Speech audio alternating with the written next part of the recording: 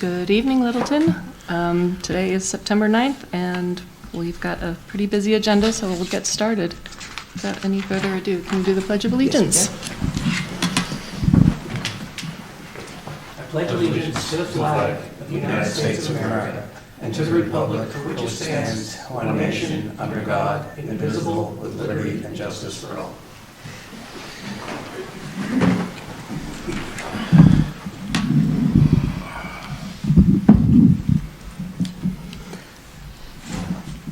Like I said, a busy agenda. We'll start with department and town administrator updates. Okay. Thank you, Madam Chair. Just stuff around. I'd like to start as a result of there was a meeting today with the Board of Health. The town was alerted on September 5th, a notification the town elevated high. We were elevated from low to high east for triple E threat level. Earlier today, the Littleton Board of Health convened to assess the situation and review the ongoing mosquito-borne illness threat. During this meeting, the board made a motion to recommend curtailing outdoor event end times according to the Massachusetts Department of Public Health Arborvirus Surveillance Response Plan for triple E. The following schedule was proposed for the coming weeks. Week of September 9th, outdoor events must end by 7 p.m. Week of September 16th, outdoor events must end by 6:45 p.m. And week of September 23rd, outdoor events must end by 6:30 p.m. The full entire message is on the town's website that can be seen as an alert. And there will be installation of signage at parks, trails, and outdoor spaces to alert residents of the mosquito-borne illness threat, regular updates on surveillance efforts within the state, continued consultation and coordination with Massachusetts Department of Public Health and CMMCP for ongoing expert recommendations and interventions.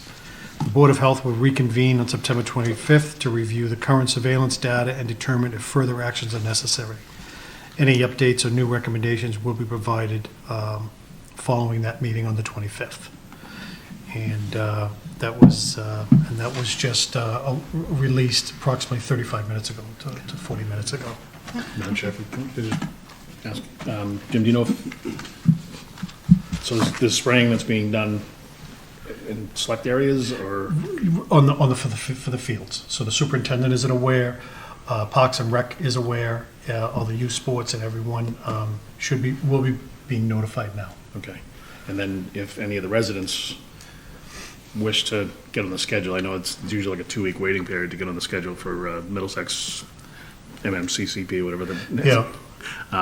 they can call the local. There was a town-wide spray with the exception of 3 streets on Friday from 7:30 p.m. to, and I believe that they finished at midnight. There were 3 areas, and I don't have that information, those 3 streets in front of me, but yes, if there are issues with spraying, to please call the Board of Health and to help out. The only other question is, were private ways included in that spraying? They didn't, I don't think so. it was not discussed that, No. it was not. That was not discussed at today's meeting when they were talking about spraying and how long it took and everything, so, okay, that's good to know, thank you. At least your My private way was not included. I assume Okay. that the private ways are not included. Okay, I didn't have anybody come on. okay, It was 5 streets. I will absolutely make a note of that. Thanks. And in consideration of time, I will quickly run through, we had a department head meeting, Jim, excellent if I department. could, Mr. So Yes. I did notice that the schools have already changed their sporting schedules, so I just want to make sure everybody is aware of that. I did see some schedules moved up to 4 p.m. A lot of Right. late games have moved What a up. Saturday. Yeah, and so they're, The superintendent They are. and Parks and Rec have been thoroughly involved in conversations, meetings, and decisions, absolutely, and go in shaping this. and this all ends with the first frost, right? It does, as we So- get further into that. A few weeks away. Exactly. I also want to be clear, I'm not advocating that the private ways get sprayed. I just was commenting that they weren't. Okay, That's all. Okay. I was asked. Yeah. okay. Fair enough. So as I just explained, the Board of Health meeting we had today at 1. Senior Center building is on schedule for March 11th, 25 completion, for the construction completion. Program coordinator position is being, has been advertised for interviews scheduled for tomorrow. We have, the Attorney General has approved our town meeting article for the MBTA communities. The Executive Office of Housing and Livable Communities, we had a meeting with them last week. Actually, I'm sorry, 2 weeks ago, in which they had 3 questions.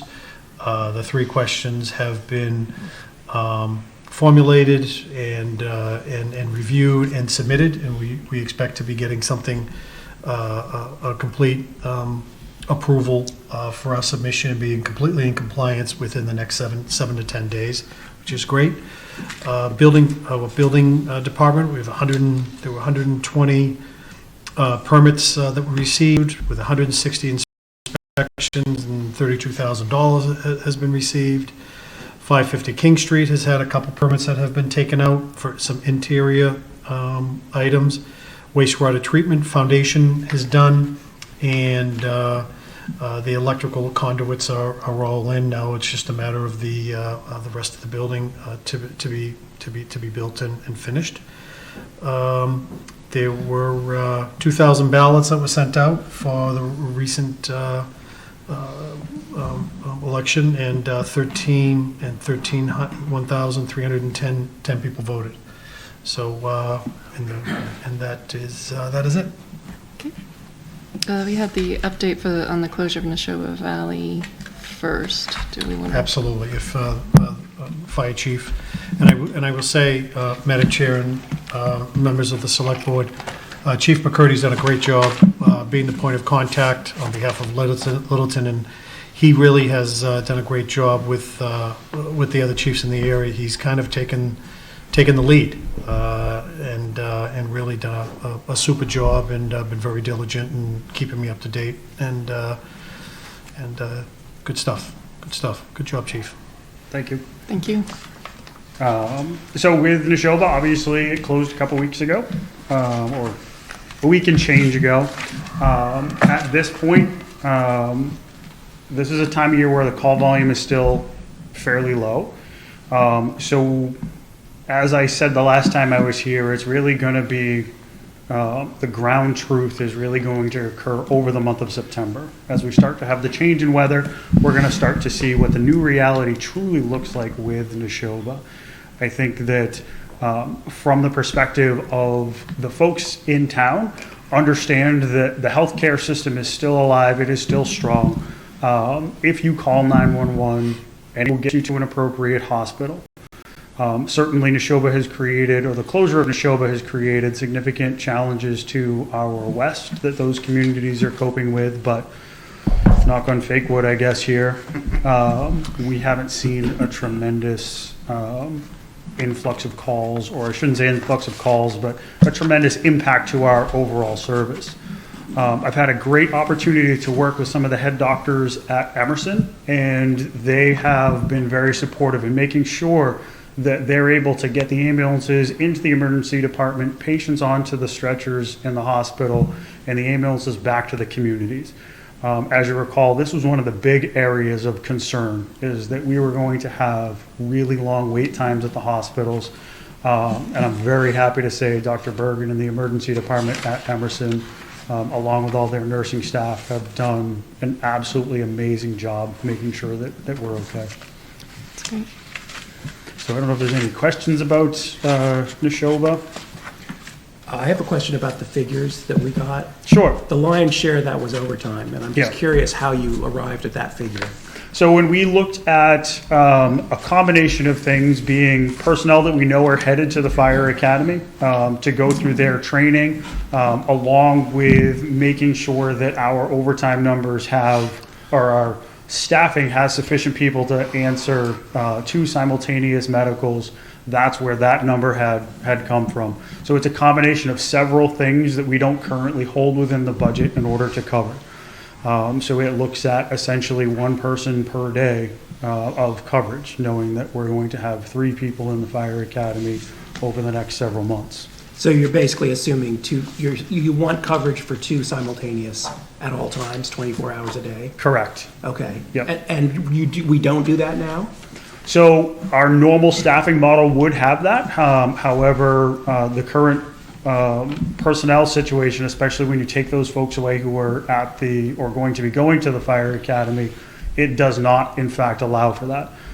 The overtime budget does not support having the 2 ambulances staffed 24 hours a day. But would the closing of Neshoba, I mean, would you want to do the 2 simultaneous, staff for 2 simultaneous, whether or not Neshoba would be closed? Absolutely. Okay. Yep. So that cost isn't really specifically related to Neshoba, it's just influenced by I think the it's likelihood. exacerbated by Yeah, Neshoba for sure. exacerbated by it, okay. Absolutely, absolutely is. And do you see that as coming down when those people get back from the academy? Like that number would come down then when you have more full-time people available? And it's Yeah, not- so this number looks at the rest of our fiscal year. We're not looking out past July 1st. See, and there we go. Right now, there's the need for 2 ambulances. Literally, that's why it took me a second to come up here. Within that type of day. Okay, So that looks through July 1st of 25. 25. okay. And what about travel time? Have you seen much impact on travel time? So our impact on travel time is, I don't want to say it's minimal, but it's less, I think, certainly than our western neighbors. They're definitely having much more issues with the travel time. About 60% of our patients originally went to Emerson, and only about 30% went to Neshoba. So about 30% of those calls have that higher travel. And in a lot of instances, you're talking a mile or 2 miles.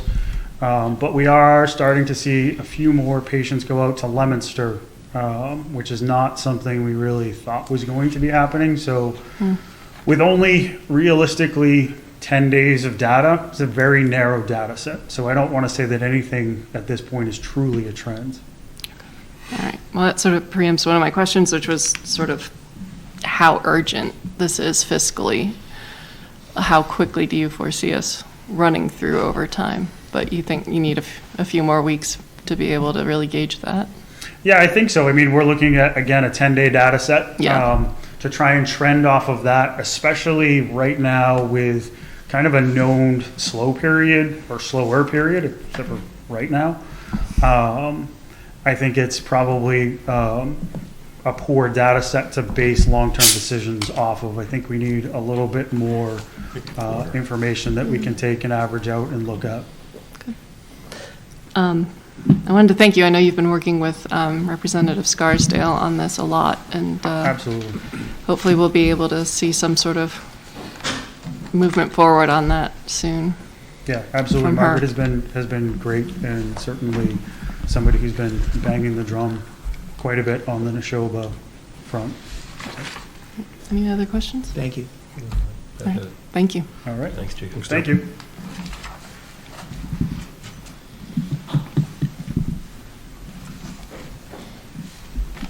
Next, we have Human Resources. No, excuse me. Now it's robotics time. Yes, please.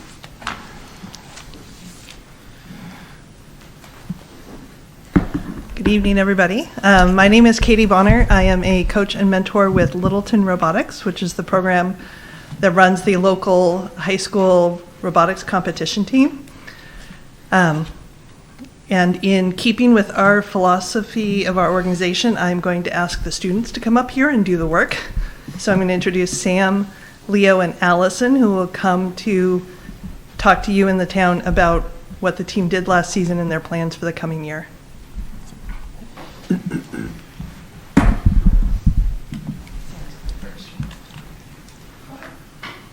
Well, congratulations. Yeah, for sure.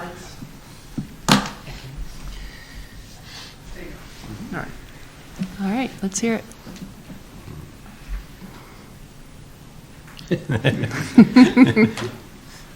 All right, so our team was founded in 2016, and our first competition season was in 2017, and we currently run as a 501c3 nonprofit organization, catering to 8th to 12th grade students from all communities and areas.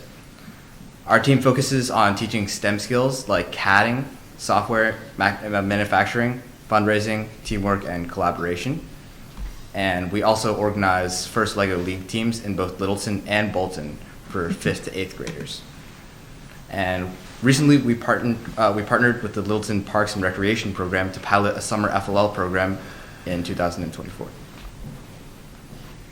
So this season, starting from the first Saturday of January, we had to design, build, and test a robot that would compete in this year's game, Crescendo. So in Crescendo, 3 alliances of 3 teams each compete in 2.5-minute matches, of which the first 15 seconds are completely autonomous and controlled by pre-programmed software. And the objective of the game is to score orange foam ring notes in multiple field locations. And at the end of the match, the robot's objective is to pull up on a chain to score extra points for the alliance. Okay. So we attended several events this season. I think we had a pretty good season, right? We had a great So it started with the Granite State Justice event. We came out as event finalists, and we came out with the Engineering Inspiration Award. Next up, we had the North Shore District event, where we actually ended up winning, had the Quality Award, and we ended up undefeated, right? And then we moved on to the New England District Championship in April, where we became division semifinalists, and we won the Judges Award. Over in the World Championship in Houston, Texas, we won the Hopper Division, the Autonomous Award, and the Einstein Semifinalist Award. In other words, we made it further than we ever have, and made it to pretty much the finals of the finals. And our unofficial rankings are number 1 in New England out of 182 teams, and number 4 worldwide out of 3,474 teams. Wow. That's amazing. Wow. Yeah, so I'm going to talk about a little bit more of our community impact. So some of the recent demos and events that we've done are, well, upcoming in like 2 weeks. We have an event in Providence, Rhode Island called Waterfire. It's mainly like an arts festival. So we're going to bring 20 first teams and we'll be demoing them there. We're also going to be at the Holiday Bazaar again, so you'll see us there. We're also partnering with our local Society of Women Engineers Next Club to host a 3D printing workshop, and we will also assist them with three sessions of a robotics workshop. We also had a demo with Making Opportunities Count in Fitchburg, so we showed our robot off to their kids and did some fun STEM activities with them, and they really enjoyed it. And then some of our next competitions, we're going to California in like 3 weeks, which is crazy. It's like an invite only. It's gonna be great. It's like with the top teams from all over the world, so it's super exciting. And then some more local events that we have. There's one in Billerica, one in Manchester, so those are a little bit closer. So feel free to check those out. And then at those competitions, our students also get the opportunity to try a whole bunch of different roles in the team, like if they want to drive the robot, if they want to like do media, take pictures, anything they want pretty much. Our team also runs like training programs for our students. So before the season starts and we like have like the time crunch to build the robot, we train our students on like electrical software, CAD, and then some also non-technical like sponsorship and other things like that. Our FLL teams have just started. So those are our middle school students, and they've been off to a pretty good start. And then we have our official kickoff in January. And yeah. Skip the video for time. Can I ask the question real quick? Yes, you can. So you guys are going to be heading to San Jose. Has all the fundraising already happened for that? Or are you guys still? We're still planning Heavy some more handout. fundraisers. We have a couple dinner fundraisers. We're hosting a STEM night, so we'll have a whole bunch of kids come, and then we'll do activities for them and raise money from that, too. That's a great Okay, idea. so if somebody wanted to make a donation to 6328, just go Yep. onto the website and they Yeah. can do it through the website? Yeah, that would be great. And all your events that are coming up, your fundraising events are listed there? Yes. Okay. And then some of our sponsors, the most prominent is Patriot Beverages. So we've had them since our rookie year, and they provide our workspace. And without them, we really wouldn't be anywhere. They are like such a huge, like, blessing to us, because without them we wouldn't have build space, and that's amazing. And then we have a whole bunch of other like local sponsors too, which they really add up, and some of them have been with us for a while. So It's great. there's Do you have a demo for us next? Yeah. Okay. And then sponsorship and donation are some other ways that you can help. So that's how, you can't see it right now, but in a couple minutes we'll show it. You can get like your name or like your company's name on the robot by donating. And if you are interested in joining FRC or FLL, you can check out our website for more information. And we also have social media, so like Instagram, Facebook, all of them. Yeah, so I think we can do a demo now. Robot time.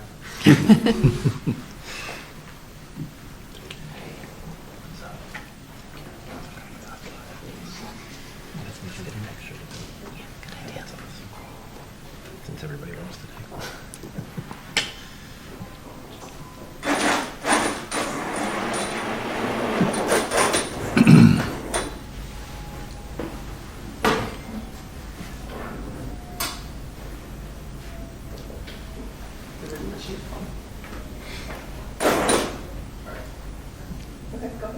Okay, so our robot has many different features, including a shooter, which can shoot notes from the front of the robot, like this.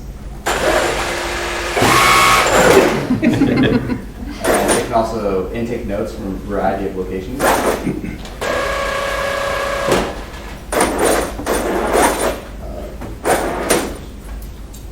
It can also eject notes from the back. So,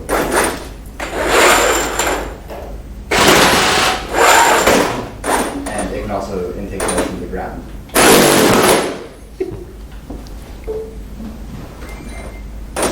So our robot also has a climber in the bottom.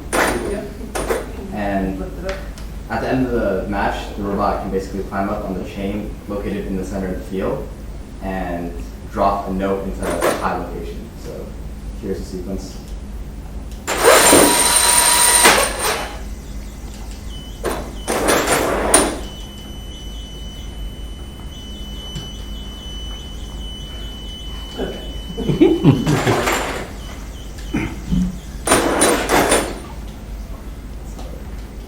So there are two scoring locations on the field. One is up high that you have to shoot into, and one is down low that you have to place into. You'll see the hooks on the other side, and you hook onto a chain to do a little pull-up at the end. Oh, yeah. There are 4 cameras on the robot, and what are large QR codes placed around the field that the cameras can see and position itself. So when it's aimed,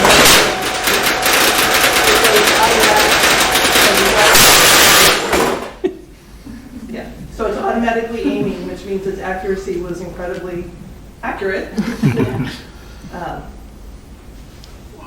Yeah, Yeah, that's there's amazing. been a lot of work into it. That's very impressive. Yep. Good job. Congratulations. Yes. Just Congratulations.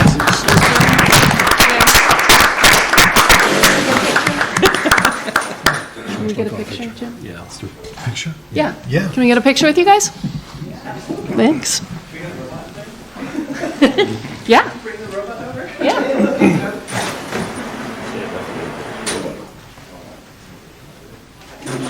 You guys want to play ring toss with my head? Hey, hey.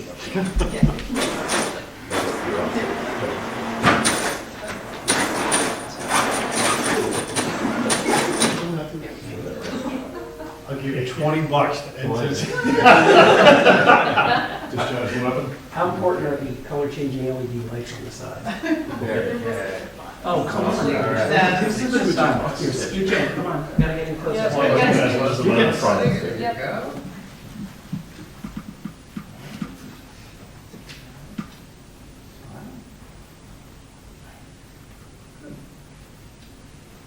Thank you very much. Congratulations. Thank you. About this year, too. This team has improved every single year, but Yep. they keep coming back with the goods. Blowing away. Everybody involved, everyone fantastic, thank you. Thank you also. It does everybody.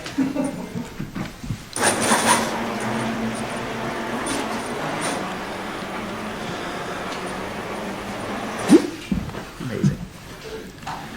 He's agile. Yeah. Maybe we could set it up here, and if somebody's saying something at the podium that we don't like, we can just, your time is up.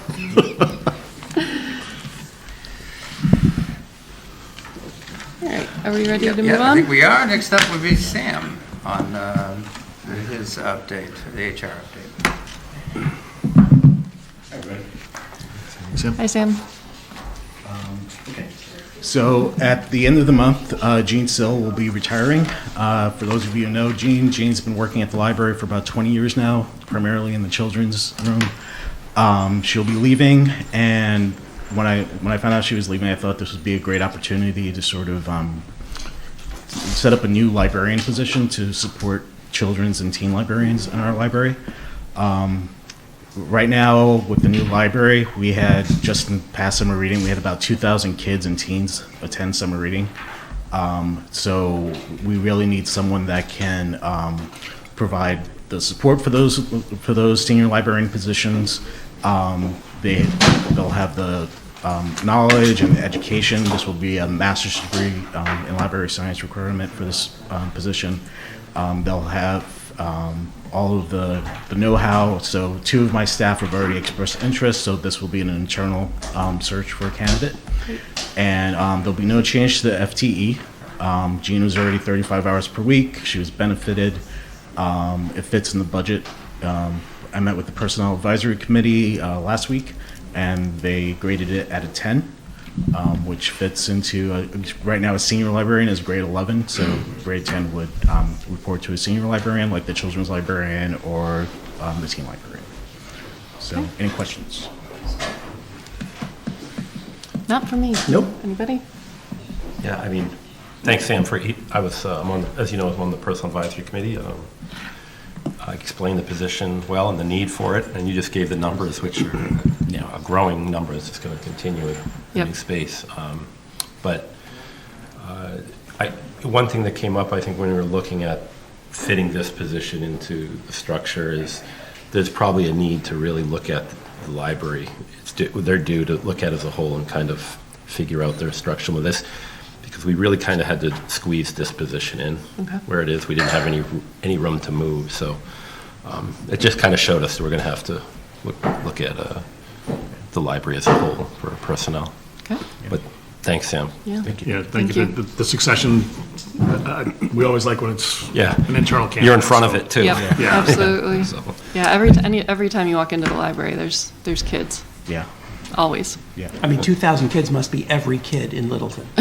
probably. They're all mine. And they're all yours. They're not all mine. Well, yeah. Are we ready for a motion? Yeah, I think we are. Move that the select board vote to approve the proposed job description for the Assistant Youth Services Librarian, and move that the select board establish the position of Assistant Youth Services Librarian as grade 10 on compensation plan Schedule A, permanent full and part-time employees. second? Moved by Matthew, seconded by Gary. All those in favor? Aye. Aye. Okay, thank you very much. Thanks. Thank you. Thanks, Sam. Wish Jean our best. Thanks.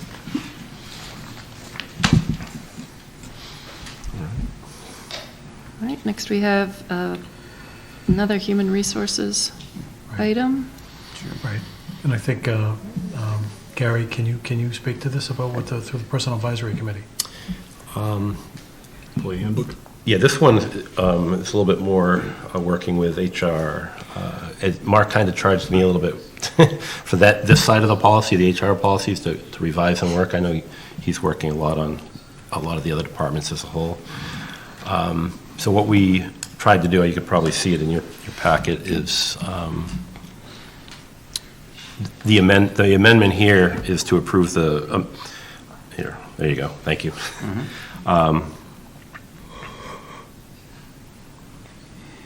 I want to make sure, we have a couple things to make sure, I want to make sure I have the right one here. Okay.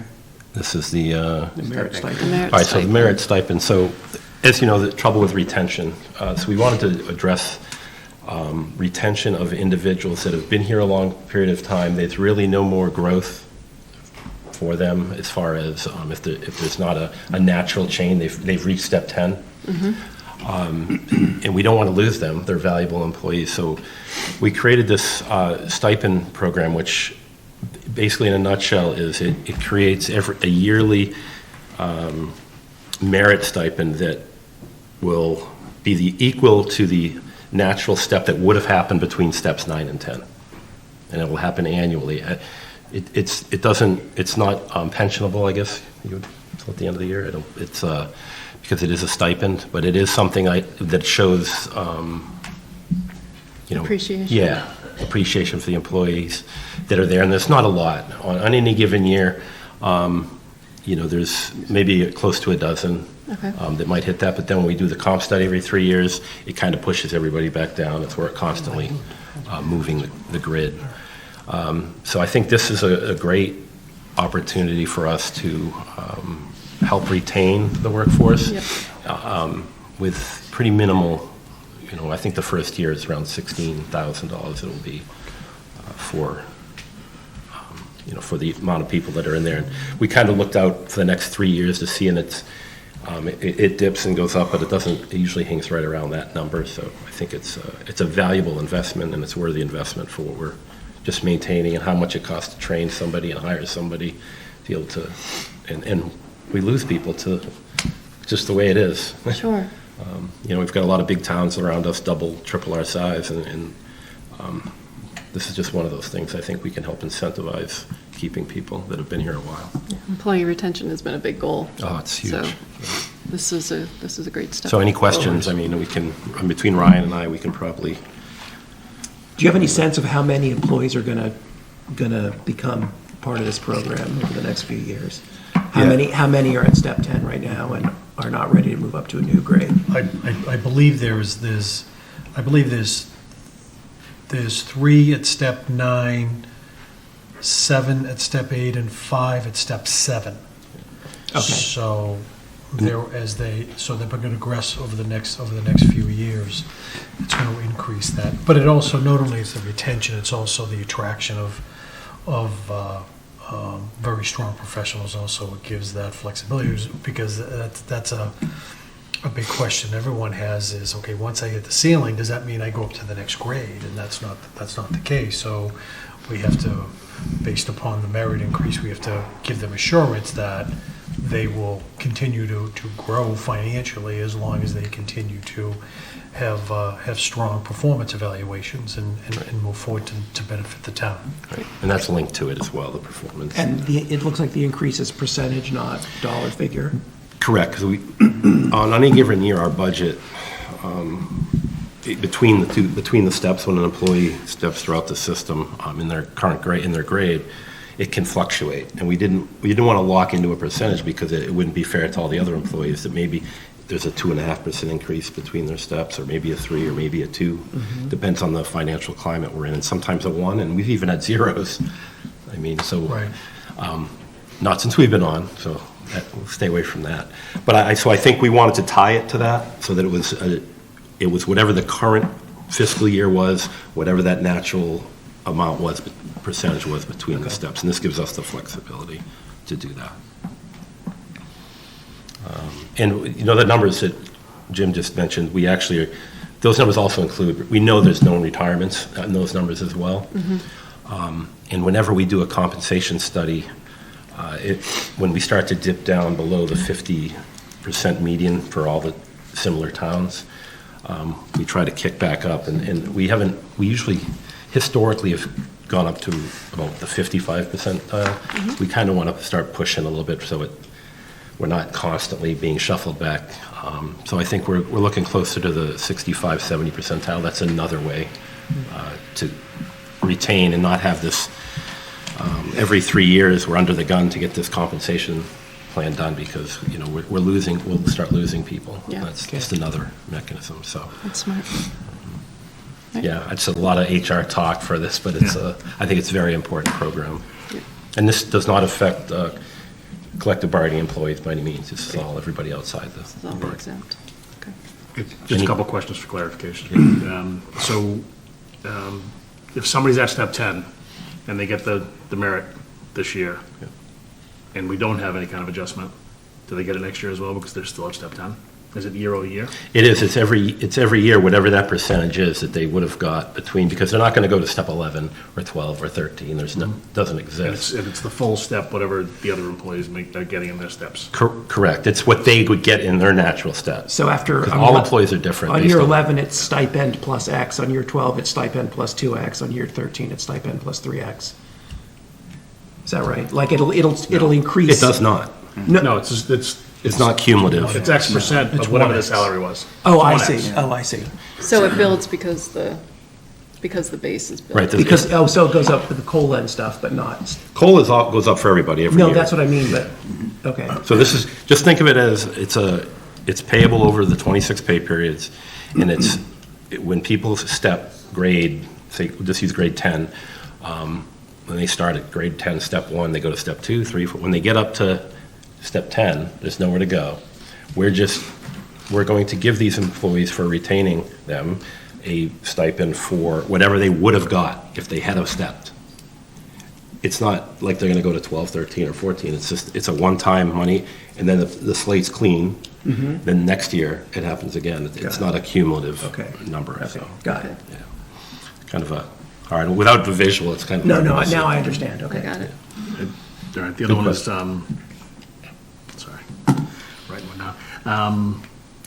If we have a new hire and they come in at a high step in order to attract them, they don't have to be seasoned or Yeah, so we're working, I don't know if it's policy we're discussing tonight as much, a little bit, but we're definitely addressing bringing what that value is of an employee from another community, and how we're going to fit them into our system, into our team, here in Littleton. So if somebody has 10 years in Westford and we get them over here, well, what does that mean to Littleton?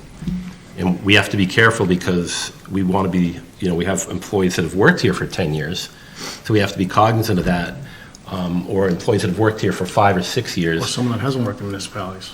Right, and so we're bringing a new employee in, and that's always a time. So we're putting some language in the policy that talks to like positions. In other words, everything isn't apples to apples when we're doing these type of things.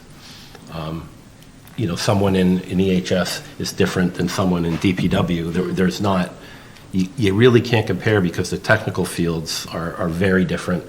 Recruitment, some positions we have 100 people apply for, some we have 3. So a lot of it plays into it.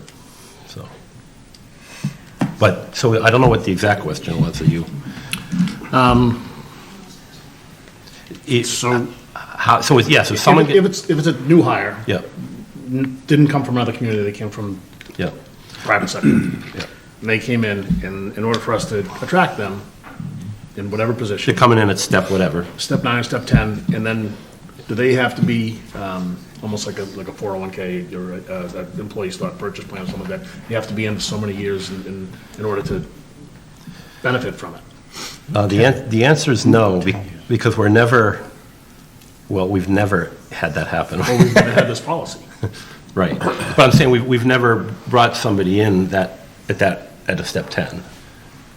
You know what I mean? And if it is, it's because our compensation grid is aged and we're grossly out of whack, so we want to keep moving it forward. So the answer to your question is, we can discuss that if that's something you I think want. it's worthy of it. I see what you're saying. Maybe someone has to be here X amount of years for this to kick in Littleton. That's not a bad, but it's an overall retention program that I think we're trying to look at is, it's still the same. We could get this new employee, say they come in at a step 5 right out of the gate, or step 7, or step 8, like you said, 9. And then 2 years later, they step, and that's actually an incentive to hire them. We use that as an incentive. Because we have to bring them in. We've recruited them in. We know that field study, or whatever it is paying at X. So now we're saying, he's like, or she's like, we're going to step out, I'm going to step out next year, I really can't accept the position, it doesn't make any sense for me. We have something like this now, it's kind of a recruitment tool to help maintain them. So that's one way to look at it as well. But I'm up for the other part of it too, but I think we are looking at more from retention, but also recruitment when we're trying to attract a talent to Littleton. And we can't, like I just mentioned, we can't compete to these communities 2 and 3 times our size. This is just another tool that we can use. I was just looking at if they had to be vested. I couldn't think of the word. Yeah, I think the vesting program comes from our longevity bonuses, too. We get a lot of, Good point. and that's something that we're going to be tinkering with. That shows some support of the existing employees, the people that have been in town for a number of years, and this hasn't been there for them, Right. so, and then just playing devil's advocate, I'm not saying this is No, right or wrong or anything, just, so if somebody knows they're gonna be hitting the ceiling Yeah. at 10, there should be things in place, we just talked about succession planning with the library, where we keep talking about developing employees and in order to get employee retention and education and continuing education in order to develop from within, if they know they're going to be capping out, they can be having that conversation with their supervisor, with their manager, and saying, what do I need to do to get to the next step? So it could act as a demotivator or a disincentive to have somebody. Yeah, I don't They want know to. they're going to get it no matter what. They're going to get, they hit 10, they're going to get it next year anyway. So it may as well be 11, 12, 13 steps. But it's not a cumulative, like, when you're stepping, it's a one-time hit each year. Same as this. So if you have, I think you're confusing grade and step. An employee that wants to move up financially or growth-wise, like you said, They would have to we're go to looking a at a new different- position in all right. likelihood. This is just the standard steps that every employee falls under. Takes a typical employee, if they came in without any experience, step 1, take them 10 years to get to step 10. If they come in with experience, obviously, they're going to fall somewhere in there. So we should be fixing the whole system rather than, And that's what the comp study is, but we are constantly going to be cognizant of the community that we live in and what we're surrounded by.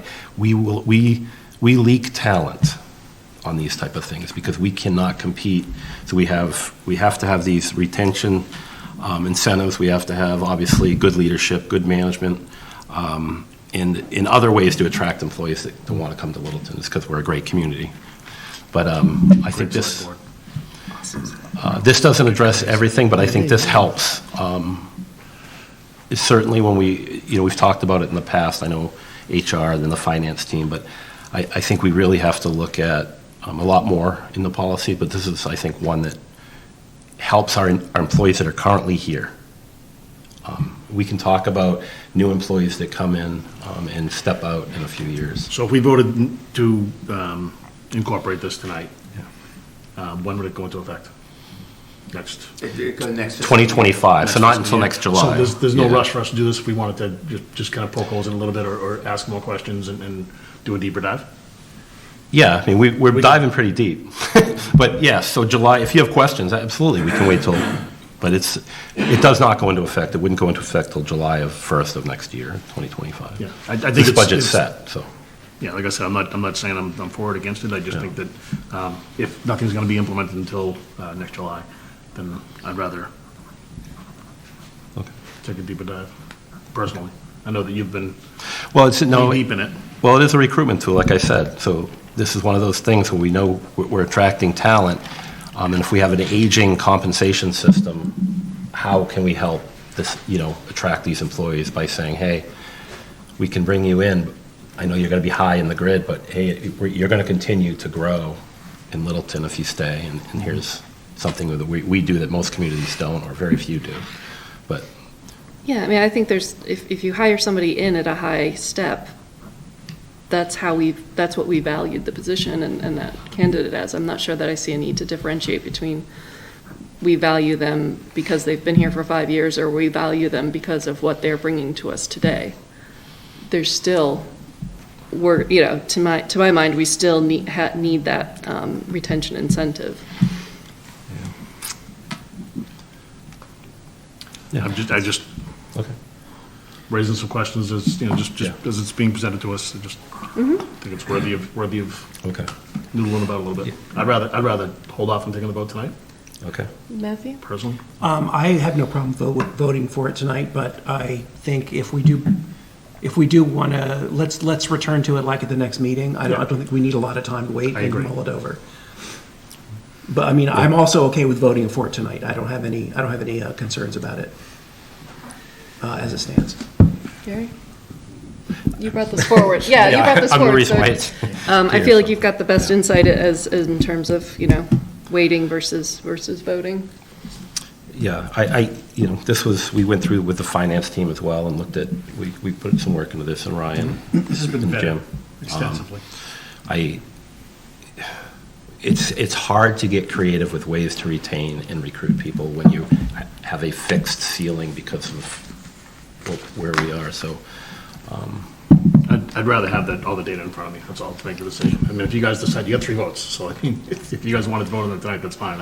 I'd rather be looking at, how many people are at step 10 and how many people are, Yeah. just That was- look at the financial sure. impact. Okay. I know you guys have looked at it, but I mean, Yeah. I'd feel more comfortable if I had an opportunity to look at it as So well. let's bring it back at the Yeah, next. I'm okay with waiting until the next meeting. Mark will be back as well, and then we can vote. All 5 of us can Appreciate it. vote. Okay. Gary, do you want to touch on the other piece of this, which is also the promotion piece? Yeah, so if you slide, is that further down? Where you want It's it? right up there, right? So this is now we're just talking promotions. We've been talking about this for a while. When someone gets promoted within the system, what does that mean financially? And we've been all over the place. We never really had a locked-in policy that said, well, what is a promotion for an employee? So this kind of sets it a little bit so that it gives a little bit of flexibility. But it says that appointing authority and HR director shall recommend a starting step based on consideration of the qualifications and performance, as well as the pay rate of similarly situated positions. And that's important. The pay rate is subject to the town administrator's approval. Further, advanced approval by the select board is required if the recommended rate results in more than a 5% salary increase, unless below step 4. So these are your employees. We've had a couple in Park and Rec. I know recently that we didn't have a policy, so it was like, well, what are we going to do? How are we going to promote this person? Or promoting them. And I originally we were trying to tinker with what the federal system uses, with up 2 steps and down, but it doesn't really work well with municipalities. I think because there's no flexibility in the system, this gives a little bit more flexibility based on it, really to look at a person's experience and how long they've been here and what they're bringing to the table when they do get promoted into another position. So I think and then of course we vet it if you can't have a windfall. That's kind of unless you're actually going from a really low grade to a really high grade, then we would definitely have an exception to our policy, but we'd have to see that. Or anything above a 5% increase. Okay. So this is kind of makes sense. I mean, you might have some questions on it. It's not very complex like the last one. Right. It's just a policy that's stating the town administrator and the HR will get together. They will create this a number that makes sense for that position being promoted into, and then we will review it if it falls out of the scope of any of these things. Mm-hmm.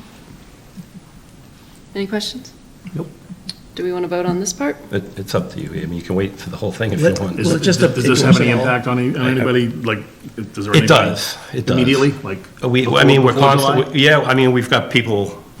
The library physician, for instance, that might be promoted from within. We don't know. Let's take care of what we can take care of. Okay. So is there a I'll motion? entertain a motion. So let's see. Move that the select board vote to approve the proposed amendment under section 2, classification and compensation, B, compensation 5, movement and reclassification of employees in the town of Littleton employee handbook. Sorry. All those in favor? Aye. Aye. Aye.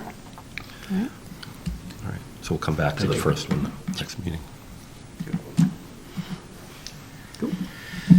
Next, Steve Yanley. Steve. Our DPW director. Who? Good evening, members of the board. Good evening. Stephen Yardley, Director of Public Works. Here with two contracts for the board's approval tonight. First one is the continuing efforts for the post-closure compliance at the landfill. This is, again, with Ty and Bond. They've been the consultant with the town since 2020. And this contract is in the amount of $128,700. And what this contract does is, again, just continues our compliance efforts for quarterly sampling, monitoring. And it is also the hope, I do want to stress, that at some point during this contract, the hope is, with some recent submittals to DEP, that we go from quarterly sampling to the more standard annual sampling. So it is the hope that somewhere in the term of this contract, it will be reduced. So the hope is, again, we don't spend the whole $128,000. So I don't want to speak to how fast Mass DEP will make their decisions, but that's the hope. Okay. Any questions? This is state mandated compliance, correct? Is that what this is? We're The testing? being mandated to do this by the state? Correct. Okay. Correct. Okay. Okay. All right. Move that the select board vote to authorize DPW Director Stephen Yonley to execute a contract for $128,700 with Teague and Bond for fiscal year 2025 landfill post-closure compliance assistance. Second. Moved by Matthew, seconded by Chuck. All those in favor? Aye. Aye. And the second contract is for construction administration services for the phase one of the Foster Street project. Again, this is, I keep saying it's the final step in it, but I think this one really is. This is for the designer of the project, which was Fuss & O'Neill, to do construction administrative services, basically approve shop drawings, do construction inspections, attend the weekly meetings with DOT. And it's a not to exceed amount of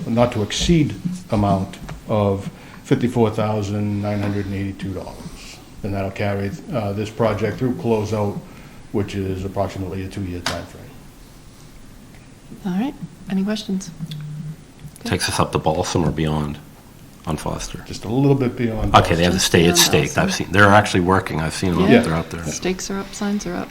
Move that the select board vote to authorize DPW Director Stephen Yonley to execute a contract at an amount not to exceed $54,982 with Fuss & O'Neill Inc. for the Foster Street Phase 1 project. Second. Moved by Matthew, seconded by Gary. All those in favor? Aye. Aye. Thank you. Thank you. Thanks. Thanks, Steve.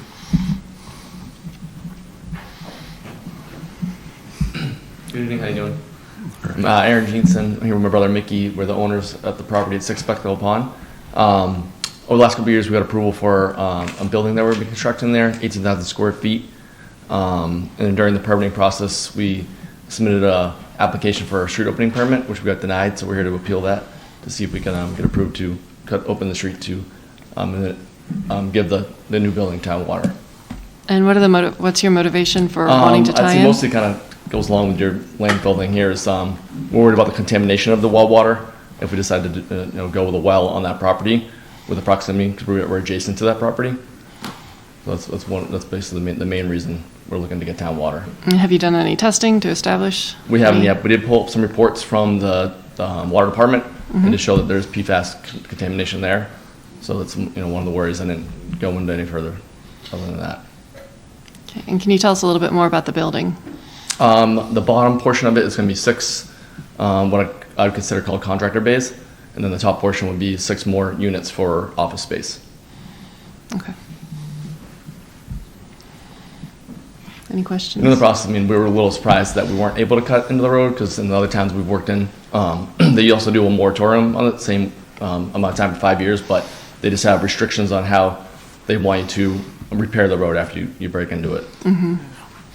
And I could give you some examples of that we brought from the town of Acton and the town of Waltham if you want. I'm not sure if that. Well, it seems like you're applying for an emergency exception to the moratorium. Yeah. That's pretty much the only way that the regs allow us, right, to approve this. What was the latest thing that you sent up from the Board of Health? It was minutes from the Board of Health meeting where they discussed it. And it was, the summary, I think, was that the Board of Health said there might be concerns, but ultimately it's a business decision, the Board of Health is not prepared to declare this as an emergency requirement. I believe that was the summary, is that, unless I'm misstating? Well, I'll say that if I were building something on that property, I wouldn't want well water. We've identified that as being a problem, as potentially contaminating Spectacle Pond, which is one of our water sources. Yeah. So I, not that I want to speak for the Board of Health, but I would consider this an adequate reason. And I have done some research as well in some of the other communities that have, it's more about how the road is repaired after the fact. When there is an exception to the moratorium, it's more about how the road is repaired after the fact. And that's what I'd be more concerned about, making sure that Jeansons were held accountable to, there's all different, there's technology, and like there's UV, there's all kinds of different things that can be done in order to make sure that the transition isn't like Rivoli's, what we're left with right now. I mean, that's not complete, so it's not fair to Rivoli, but we just don't want, speed bumps at the end of Spec. Actually, some people might want speed bumps at Spec Pond, but we don't want, to create those. When would the moratorium expire, Steve? Would it be 2027. 27? Yeah. No, I was saying no ad hoc speed bumps. I guess I'm a big policy guy. And, this is kind of forcing us, and this is our policy, or this is a select board policy, correct? No, it's your bylaw. Okay. So we are bound to an exception by emergency repairs of utilities only. So we can't talk about this unless we are going to agree that it is an emergency repair to the utilities. I mean, now a new construction, we could deem that as emergency. I can understand the denial, because reading it straight, he's here, Steve's here. Yeah, that's what he said to us, to just apply for a permit and then it'll be denied due to the bylaws, but instead bring it to an appeal to the select board, so that's over right now. You do have the luxury of having town council here too. I don't want to put you on the spot, but I do it all the time. Why stop now? Yeah, I would like to know our flexibility to grant the exception before I. Okay, I'm pulling up, I need a second. Sure. So We'll stall I would for say, you. Avery, another question I would have is how much precedent it would set if we were to, accept these circumstances as an emergency. The weird thing about this is we're in this was written, I guarantee you, before we started town sewering, right? Sure. So this whole thing this probably needs to be updated as we're sitting here talking about policies. So I have two conflicting feelings on this. One is, if ever there was a location where we would grant an exception, it would be adjacent to the landfill. Right. We installed how many $1 million did we spend on the treatment plant to remove PFAS? Right. Many millions of dollars. So I'm very sympathetic excess of 10. to the concerns of contaminated water. On the other hand, what precedent does it set that we say, and is there any alternative to connect to a neighbor, for example, who has service already across the Spectacle Pond? Like the Stone Yard, who's adjacent to you, for example. I haven't looked into that. Okay.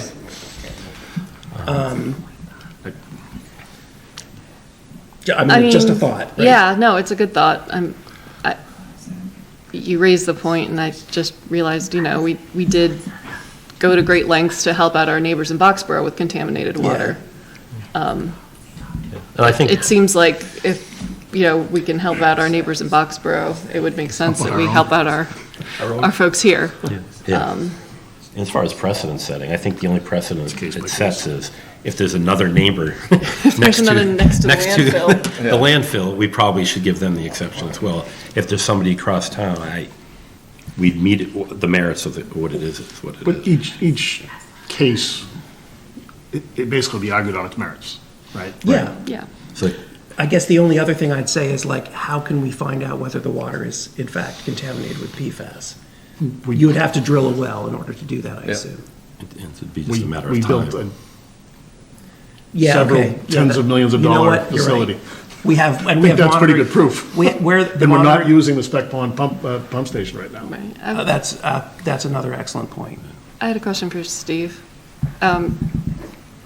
when these moratoriums have, or when folks are breaking in during a moratorium period, have you been here for that? And how satisfied were you with the requirements for returning things to the way they were? In my 2.5 or so years here in Littleton, I've not had anyone cut into a newer road. My previous experience, 20-plus years in another community, only once did someone appeal to the board to overturn a decision. Okay. And we just, set conditions on the permit that was granted. Yeah, and the requirements looked, to my very untrained eye, pretty specific as to what needs to happen. Do they look like they're adequate to you? Yeah, being that the road is literally 2 years old, they probably have a couple of special conditions if the board was to grant this. But I'll work that out with the developer if you so grant the permit. And could you explain what this actually looks like on the road? Are we talking about just a tie-in cut? Is that? Yeah, it's all the way across the road. It goes all the way across? Yeah. Yeah, the water line's on the other side. Water main is all the way across the road. Of course it on the is. side. Of course. Yeah, if it was on the other side, yeah, maybe we would have figured something out. You dig a tunnel? Directional boring? Yeah. Yeah. All right, I'm going to stop. I would be inclined with the special condition, to make sure that the DPW is satisfied with the repair conditions to approve this appeal and allow them to cut. I would too, if we can. If we can, Yeah. legally, okay, Yeah, sure. I think that's the. Go ahead, Amy.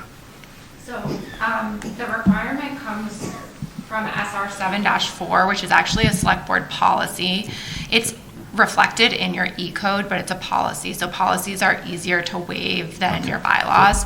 Having said that, I do think, given what I've heard tonight, the proximity to Spec Pond, what we know about that area, I think you could fit this within the exemption under A1, but I also think you have additional flexibility considering that it is a policy and not a bylaw. I think it is entirely feasible to condition, and it sounds like the applicants are willing to, accept those conditions of repairing the road up to a standard that DPW is happy with. We're happy in town council's office to work to craft those conditions so that we feel like the town is getting the protections they need to ensure, whether that is a requirement of a bond or some other type of surety. We can discuss what that would look like. If you want to act tonight, instead of waiting to see that, you could condition the acceptance on DPW and town council drafting conditions, or if you want, we could present them to you at a future meeting to give you those guarantees. I think if we can come up with, if they can come up with conditions, Agreed. I'm fine with them. I don't see any need for us to review them. I've got Atkins in front of me if you want me to read through them quickly, but if I'm okay with Steve and the Jeans. Agreed, yeah, I agree with that. All right. Okay. So do we need a motion to approve, what do we say, approve the appeal? Approve the, Grant the appeal. grant the appeal?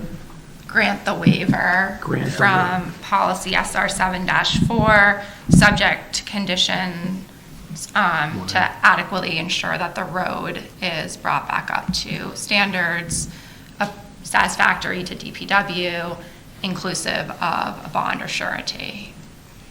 What she says. So moved. Second. Moved by Matthew, Ivrea. technically. Seconded by Chuck. All those in favor? Aye. Aye. Thanks for doing Thank you, business in Littleton. everybody. Yeah, Thank thanks, you. guys. Thank you. Good luck. And if the applicants are working with council, if you could give that information to the town, then I can reach out directly. If not, we can work directly with you. Now, Avery, excuse me if I may, Mr. Yeah. There's no requirement for public meetings on, just besides that they would already have to go through for building something new, the abutters. Is that? So I don't see anything in the 2 seconds I took to look at your policy, so I trust that your wonderful staff did that legwork. Thank you, Steve. All right, thanks, Steve. Thanks, Steve. Thank you. Thank you. Thank you. Moving on. Are we up to public input? Members' updates? All right, as a reminder, public input will last for 10 minutes. Speakers are allowed to speak for no longer than 2 minutes. Speakers addressing the select board are required to do so from the podium and provide name and address for the record, and all comments must be made through the chair.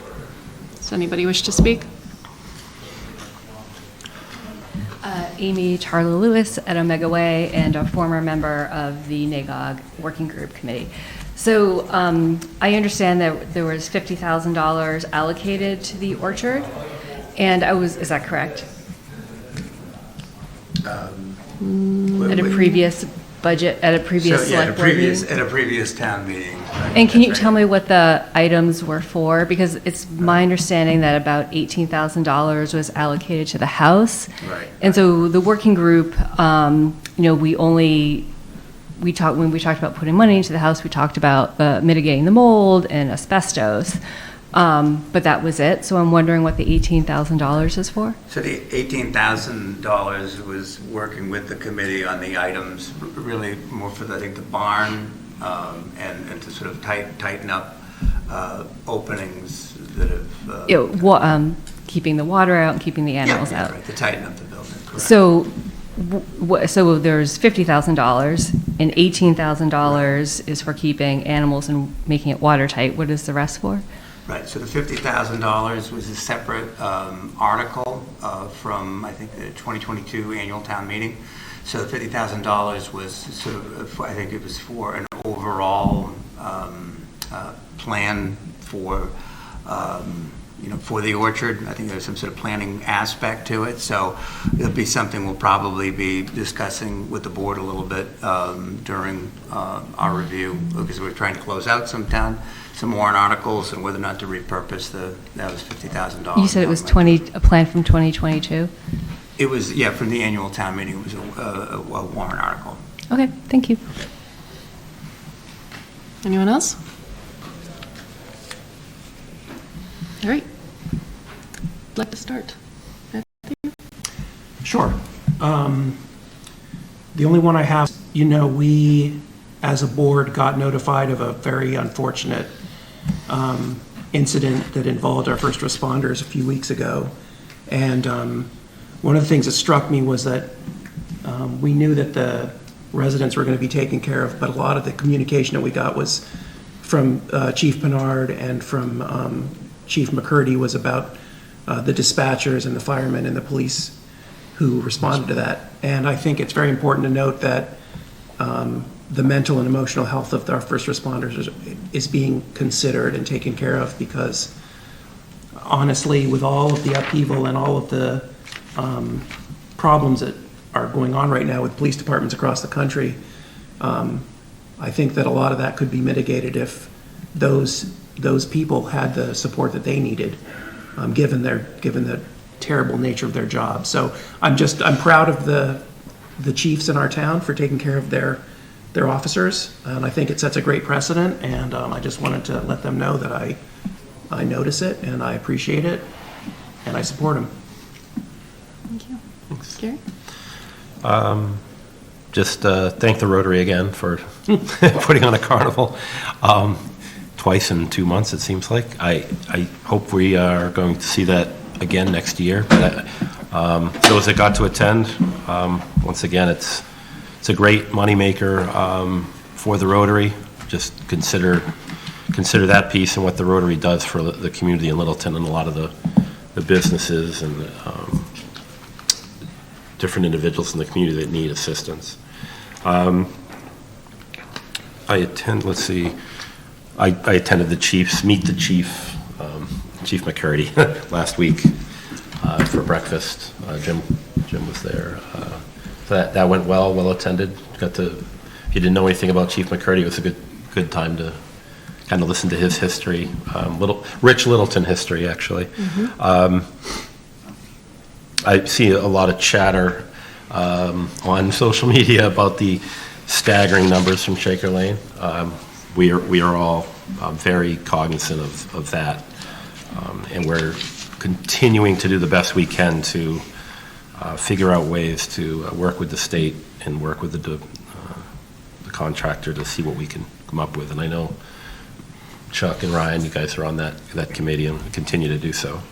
And then I wanted to thank George Sanders, who's not here. I did see his letter that came in regards to the MBTA community that was forced on us with the housing increase by the state and requesting funds to help offset some of the things that we're going to need. Expansion of our sewer. We're talking about this first phase of sewering for the common, but we need expansion. And if we're being forced into all this housing, I think the state, and George obviously thinks the state could help kick in. So he wrote some letters to our state leaders on our behalf, it seems like, but shared it with us, and we're going to continue to follow that, follow his lead on that as well. At least I am. So that's all I had. All right, thanks. Chuck? Just piggyback on the carnival, thank you to all those that did attend. And like you said, the Rotary does a lot for our community, and it's very much appreciated when they step up and they put on a number of events, and then they give back so much to the community. And also thank you to the Poli companies for allowing the carnival to happen on that property, and for allowing us to detour through that property. And it's been a pretty good neighbor that way, as the property has been lying vacant. Also wanted to say thank you and congratulations to the Volunteer Corps for putting on the ASSERT Plane Steel, crash. Community Emergency Response Team, right? CERT, Steel, you out there? No, he's gone. Oh, good. But I could say that with authority, and that's exactly what it is. Not only did the Volunteer Corps do a great job, and our first responders did a great job, but there was a number of residents, I think there was 21 residents that volunteered as victims and whatnot. So thank you to everybody that came forward and volunteered for that and made that a successful training for something that you really can't train for. I mean, it's the plane crashes and no kill. They've done it once now. Yeah. Hopefully it never happens.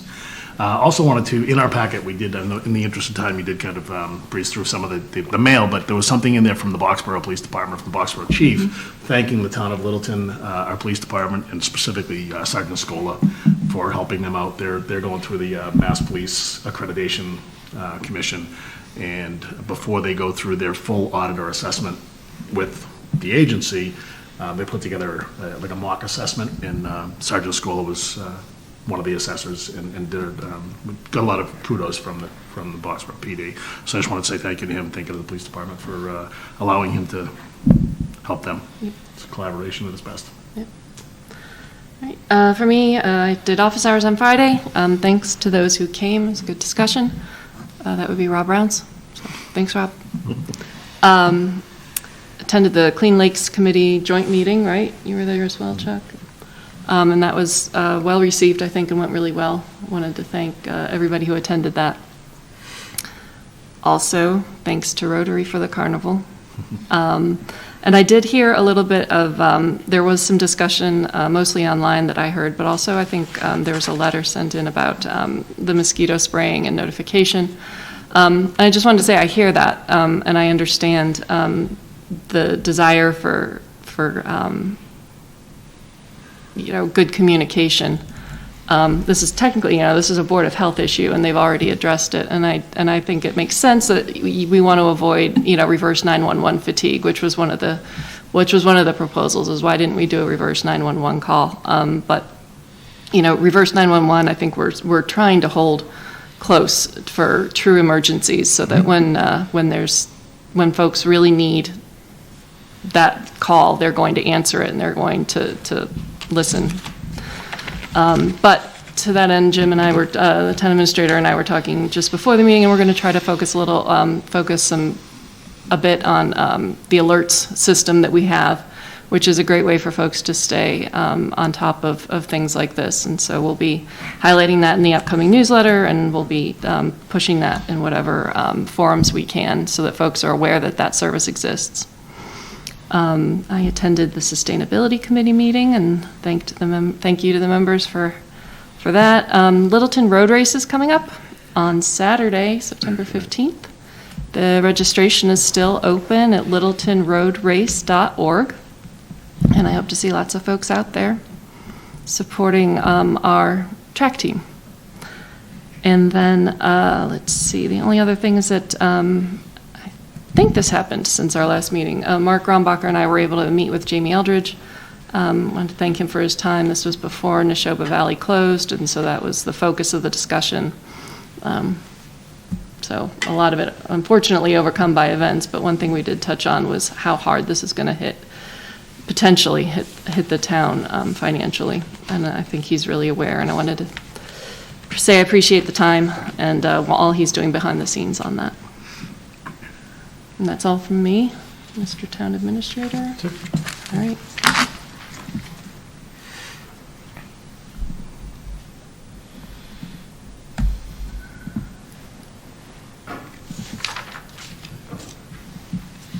Scrolling.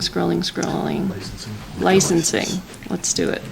Tavern in the Square. So yeah, it's the one-day liquor license for Tavern on the Square for Oktoberfest. So I don't know if anyone from Tavern on the Square is here, but yeah, I think Dirigible's the other party is going to be on that. And I assume there were no issues from anybody on issues. this? No issues. Can't get Storm along back? He Here a did couple not. years ago. All right. Ready? Are we ready? Move that the select board vote pursuant to Mass General Law, Chapter 138, Section 14, to issue a special license, also known as a one-day liquor license, to Matt White of Tavern in the Square, Littleton, LLC, for wine and malt beverages to be served during the Littleton Oktoberfest, 12 p.m. and 5 p.m. Could we add it's not at Tavern in the Square, so, Oh. right? Oh, It's yes, to yes, Tavern in the Square, but at Fay Park. Yeah. So as amended. Okay. Do I hear a second? Second. You amended it, so okay. With the amendment. Moved by Matthew, seconded by Gary. All those in favor? Aye. All right. Aye. Moving on. Okay. All right. Avria, I think it's your time to shine. Accuse myself for this one. All right. So they all have the Good choices. which is the template, and then the draft policy, and then the score matrix. Wonderful. Thank you. So thanks for meeting with me tonight. The last time I presented in front of this board, we discussed the social equity plan and the grading matrix. I received some comments between our last meeting and tonight, which have been incorporated into the draft that was passed out a minute ago. I made the edits in red, so it was hopefully very clear. Let's start with the grading matrix. I think that might make the most sense.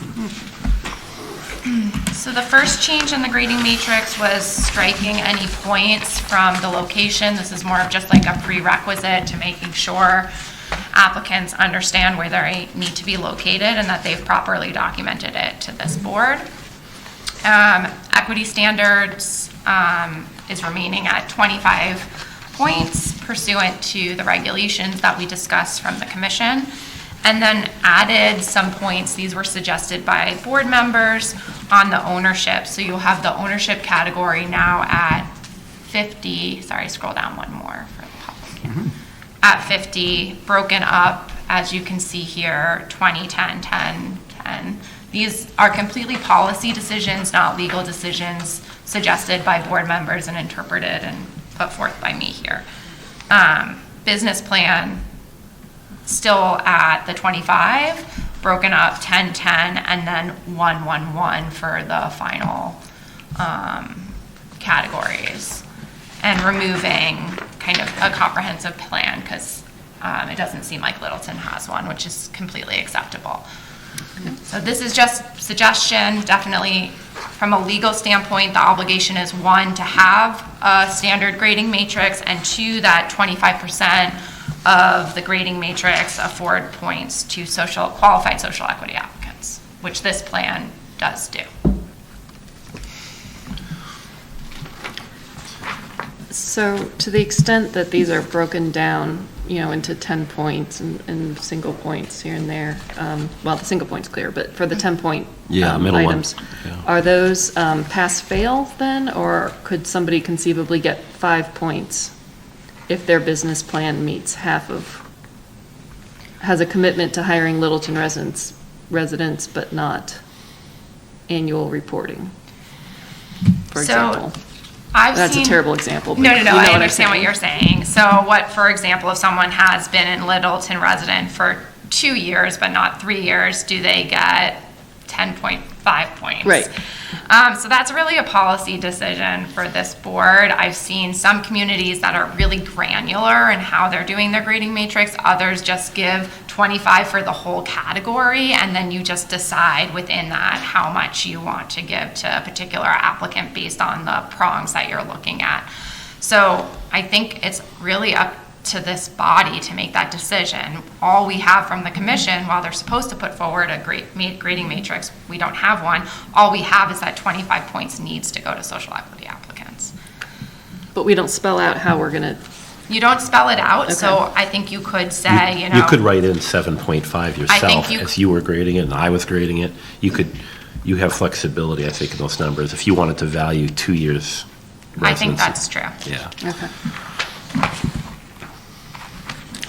Any questions? Karen? I mean, Chuck? it would be without, I can't think. So we could That's just a word. reputation and character in, if that's something that is, That would be I'd like just to add it to the business part of, being a business in Littleton, In good stand. yes, there you go. I guess in good standing would be the, we could just also add it in both categories, or all 3 categories. So owners have been Littleton residents will stay, owners have documented business experience, and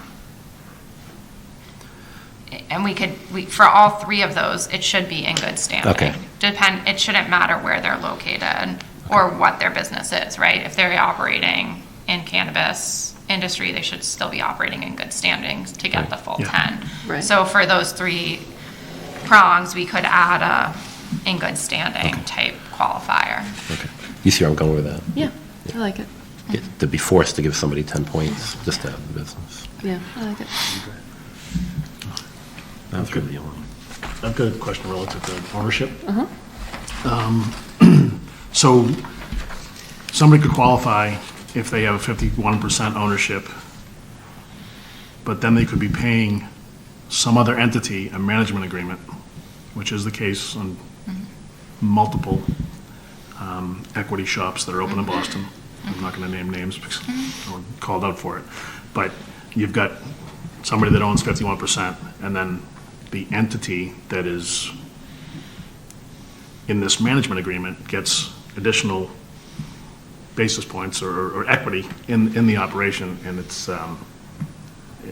basically strips down. It's no longer an equitable Yes, I hear what you're operation. saying. So is there any way for us to protect against that? And like 8A rules. Pardon? It's hard at this level. We could put a prong in that says, so you're talking about the social equity applicants actually doing the managing portion of the business. I'm trying to eliminate big cannabis Yeah, opening a shop under the yeah. guise of being. Right, they're out of social. California and they're just guys in the Correct. middle. Yeah. Right. Correct. So they own 49%. They have a So we could. management agreement that Yeah. it's being done all over the city. I It's know being that. done all over, and it's also coming after the host community agreement stage in a lot of cases. The management agreements don't pop up till later. That's true. So it's a little bit tricky. Yeah. We could potentially bake something in like majority owners are majority ownership is are Littleton residents, or majority ownership Massachusetts residents. We can talk about how to craft it that way, if that's the fear, but it's a hard game to play. It is a hard game to play, and they know how to play it better than we Yeah. do, frankly. Yeah, so is there another gate, there's another gate here besides the HCA, though? I mean, correct? We With could limit this- it, I mean, we could. So the other gate is What the Evie was saying. the planning board, Yeah. but they can't really look at the candidate themselves. Yeah, so. yeah. I'm not aware of any policies right now or grading matrix that are touching what you're talking about, but we could spend some time exploring that to see if there's an option there. So we could, I almost think rather than ownership, it would fall, we could wedge it into the business plan and require hands-on management I don't care where we put it, I just want to by put some the, sort of. yeah, by the 51% owner, or a demonstration of hands-on management in day-to-day operations. Right. I mean, it's a little tricky because. It is. How do you demonstrate that? It's usually, sometimes it could be a corporation that owns 51%. Right. And so, it can be a little bit tricky, but. So you can't get into words like So- managing partner or owner of 51% of the company? You can't get into that type of I language? think if we have something in there, there's going to be a lot of opportunities for them to, they can only be involved in so many licenses, right? 3 Right, licenses. they can only be involved. So maybe they'll like, we don't want to deal with Littleton. It's going to be, we're going to have to Yeah, navigate that. Let's just go to the next community over. I'm hoping that we could put something in there. I'd rather have a true, if we're going to go with a social equity applicant, I'd rather go with somebody that's truly a social equity applicant and not just a front, right. frankly. Yeah. Okay, so we could put So- something into the business plan that says individual owning more than 51% of the company will be involved in the day-to-day operations and management of the business? Is that what you're looking for? Sounds closer. I think the I- federal 8A program, that's what I was mentioning, right? The disadvantaged business. I mean, I can't believe I'm trying to hold them up as a good example. But they do have a lot of requirements to sort of prevent that shell type situation. But they're really onerous. They're onerous for the folks that are trying to get certified, and they're onerous for the folks that are trying to determine whether they should be certified. It's just a hard thing, Chuck, to enforce. What do you do when, you've only been in the shop 49% of the time this Okay, year? it is, You know. but if there's a speed bump, it's my hope that it'll create Yeah. enough of a speed bump for them to move on to the next. I mean, the other thing is, Maybe an there's not a lot of. attestation. Pardon? Maybe just, they have to attest that they're that involved. That's something. I mean. Can I ask the there's not a question? lot of- There's not a lot of shops opening these days. There's more shops closing. Why is there somebody at the somebody's at the door? window? Oh, By invitation only. You got it right. It's not alarmed, I hope. Sorry, I've been walking around for 25 minutes looking, how do you get in here? What are you looking for? Be open. Oh, What are you looking for? a tavern in the square for a one-day liquor license? You already got it. we got it. Congratulations. Oh, my You nailed goodness. it. I'm like, Great work. okay. We're gonna give you 2 Done. days. We're giving you 2 days for that. Yeah. You got samples? Yes. Wow. I walked up to a baseball meeting, they're like, we can't help you, but we approve your license. I was like, All right, I think we're waiting We actually for have, Matthew's yeah. signature on those, right? Well, you got Yeah. 3, and we do have Okay, He's in the hallway, right? He is out in the hallway. we actually have to get a check from him as well, so we'll hold on to it. So Okay. You've been approved, you're all set, so. okay, but I need to bring you a check, I'm sure, for a certain amount. $50, yes. Yeah. Okay, So- to town hall or Yeah, to? it's Over the there. Town administrator's office. Third floor. Okay, all right. Thank you. Thank you. Sorry about that. Thank Sorry, you. everyone. It's entertaining, thank you. Things get bizarre here, don't they? Do we want to take a question from up front, anybody? Oh, regarding Okay. this? Yeah. Go ahead, Amy. So Amy Tarlo Lewis at 3 Omega Way, speaking as a citizen. So I guess, so in Littleton, 98% of the population is white. We have, last time I checked, about 340-ish households that are on SNAP. So I would really like to see one of the requirements just be like Massachusetts residents, as opposed to giving extra weight to Littleton residents, because you're just giving the people who we're not necessarily trying to support more like points, right? We're looking to support the BIPOC population, like Black, Indigenous, and people of color, the LGBT community, and quite frankly, they're not here in Littleton. So I would rather not see extra points be given to Littleton residents, because that's not like the true meaning of what this equity movement is, or just whatever. Thank you. So yeah, thanks. How many points is that worth? 10.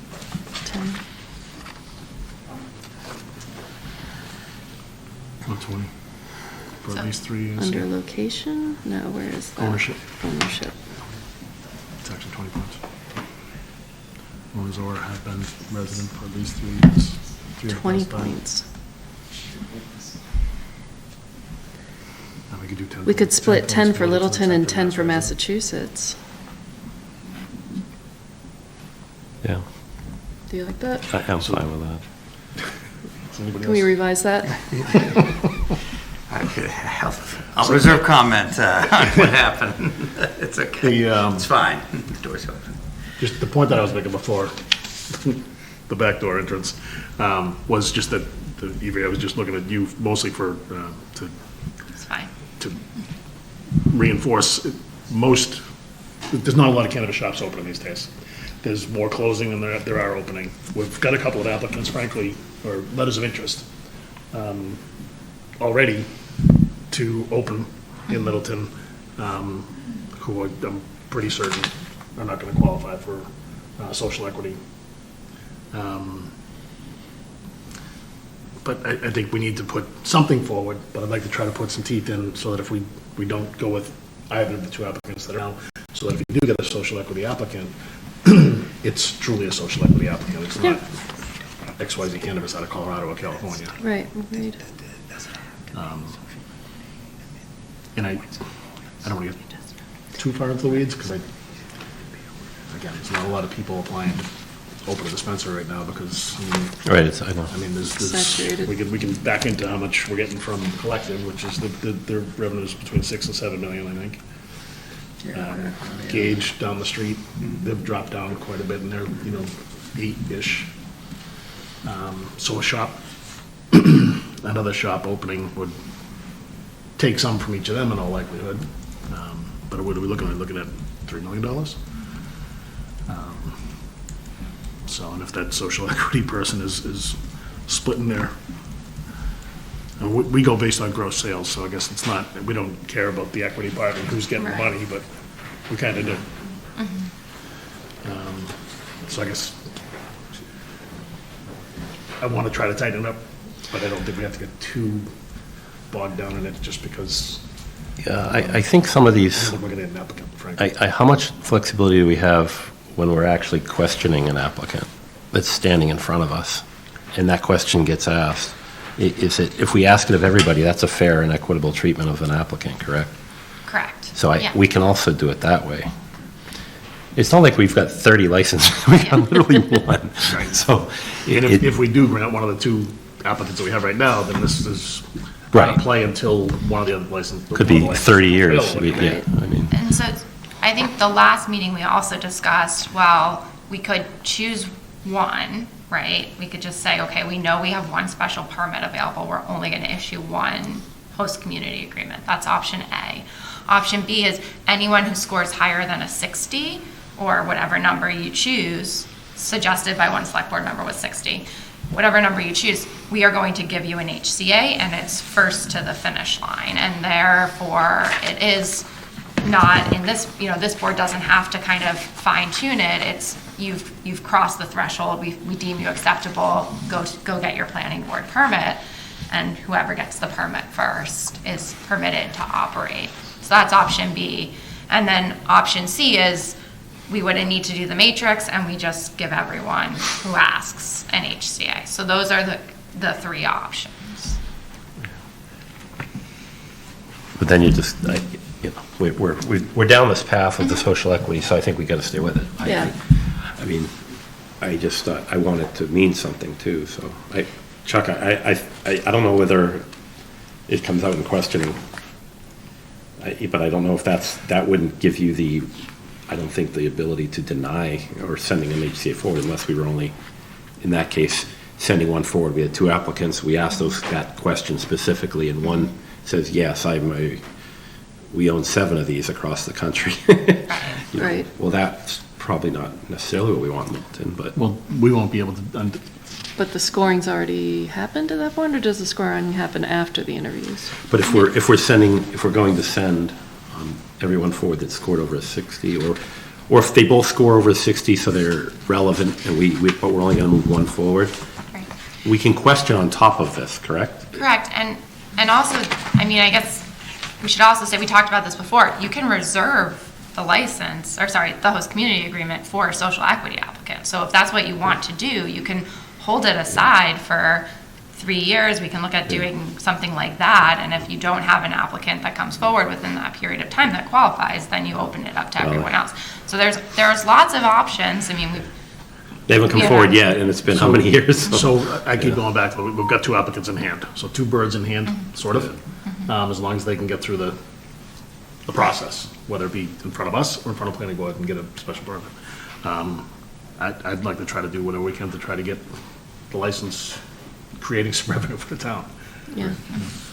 Our budget's not going down. so we can It's a revenue divide the 20 points that was allotted to Littleton residents for at least 3 years. We can give that category 10, add another category.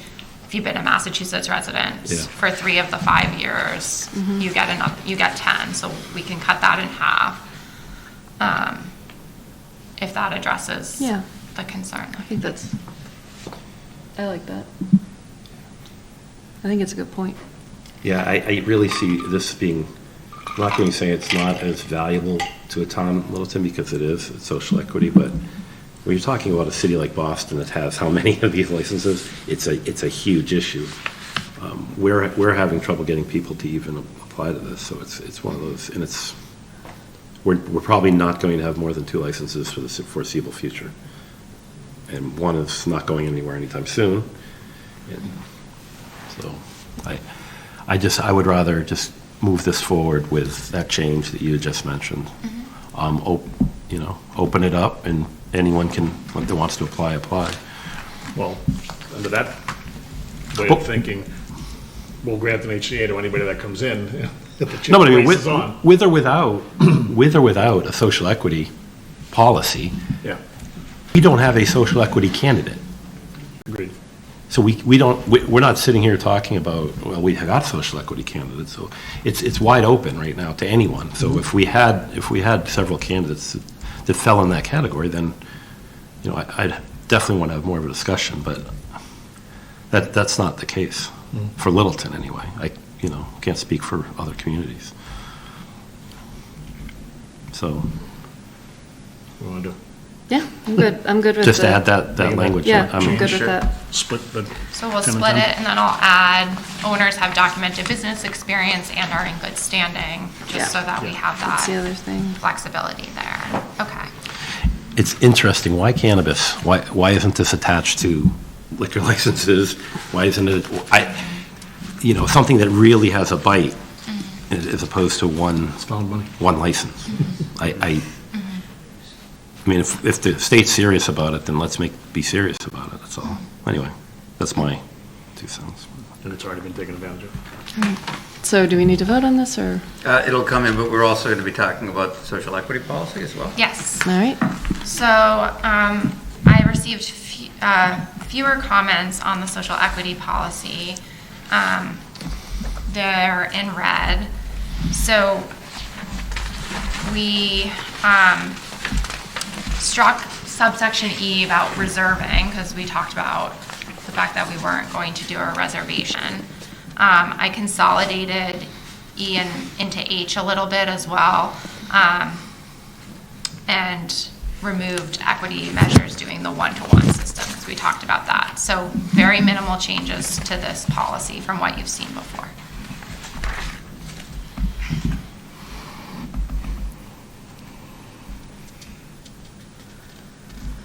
Looks good, thank you. We took E out. Yeah, There's the, we can put it back in. It was a request. We can definitely strike it. I mean, reinsert it. I mean, I'm all for flexibility, honestly. Okay, we can What do you- re-add it. Any objections? to keep E? Keep E in. Yeah. Mhm. I would think, I would feel differently if it was a shall, but Okay. as a may, I think it gives future boards some room to maneuver too. Okay. All right, so we can add that back in. Like I said, F was just moved to H. It felt like it read better. Yeah. And then added a requirement. The Cannabis Control Commission is requiring you to publish certain data on your website, so we reflected that here. So that's it. And that's effective. The information on the website, we need to be doing that now? Yes. Okay. And so the last portion to talk about is the town doesn't have a bylaw. So the Cannabis Control Commission says that compliance with the social equity standards is presumed if you do one of three things: adopt the model social equity bylaw, or, and then the other two are reserving licenses, which we're not doing. I have some issues with the model, but now that we have a policy, we can take the policy you have, meld it with the model, and present that to you for consideration at a future town meeting.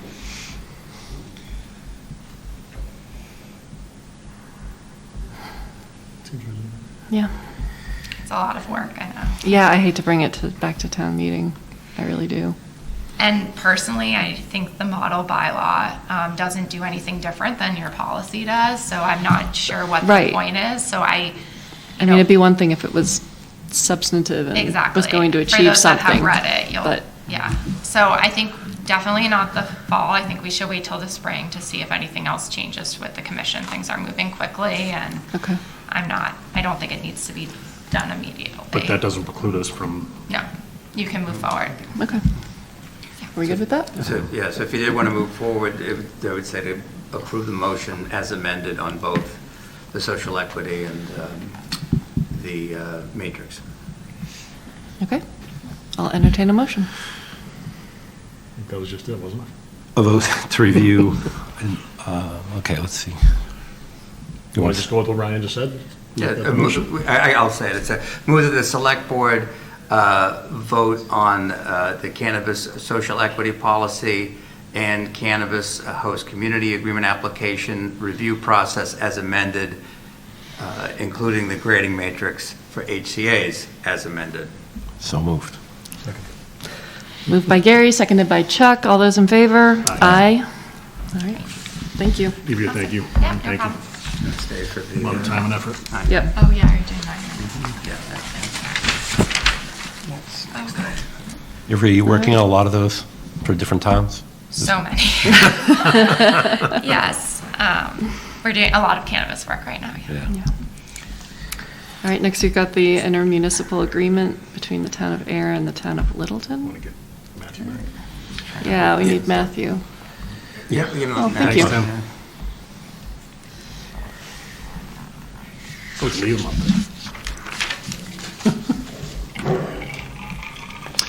there. Well, we have a minute. I got a text, a slight correction on the road races on Oh. Sunday. Ah. Not Saturday. Thank you. 15th, that's all. Not that everybody was clinging to your word. I didn't want you to show up the wrong day for a run. That would be bad. That would be bad. You need to use that. Oh, do I need to? You can thank our LCTV director for that. Thank you. That's on the plan.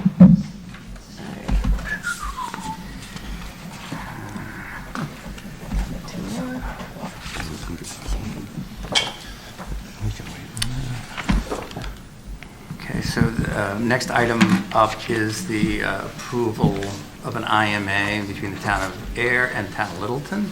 So this is to extend the sewer system from a portion of Air into Littleton. Ivrea has been working with Air's council, town council, on coming up with an IMA, and that was included in your packet. And now I'm just trying to get this up because my system. While Ryan's doing that, we are not looking for a vote tonight. This is just previewing the IMA. My recommendation is to wait until AIR has executed their agreement with the property owner. Until they do that and we see the confirmed terms of that agreement, we would advise that Littleton hold off on executing an agreement with AIR. And this is the red line version of it, so you had a chance to see this. We will not vote on it tonight, or at least the recommendation is not to vote on it tonight, but did anyone have any questions about this?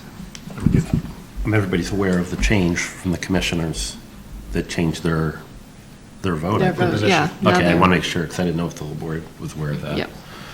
In favor with, and the reasoning behind it, so I was comfortable with that, because I was questioning the same thing. Yeah. It's all in there. Yep. So with Anybody that- have questions for Yeah, Ivrea nope. on this? Okay. All right. All right.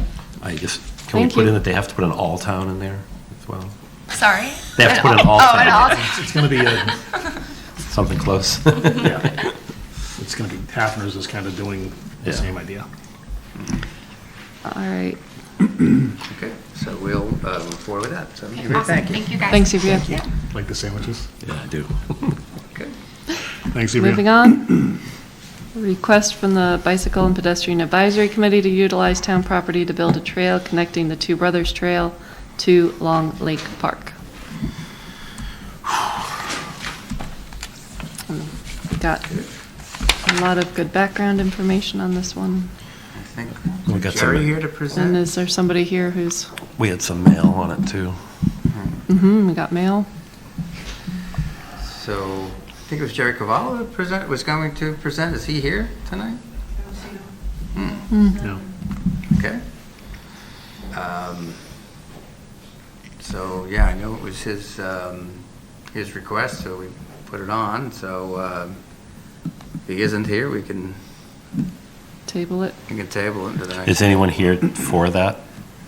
Yeah, there are people, do we want to hear, Do you- that want them to come back? I'm not here to propose the path, but I'm here to talk to you about the path. Sure. Is that appropriate? Yeah, please. Yeah? Okay. I don't know how the protocol is for this, but some of the things I'm going to say have to do with environmental sciences, and I just wanted to give you some information that actually backs up what I'm talking about. All right, These so- are excerpts from online. You could just state your name and your address I'm going to go over here and to start. Okay.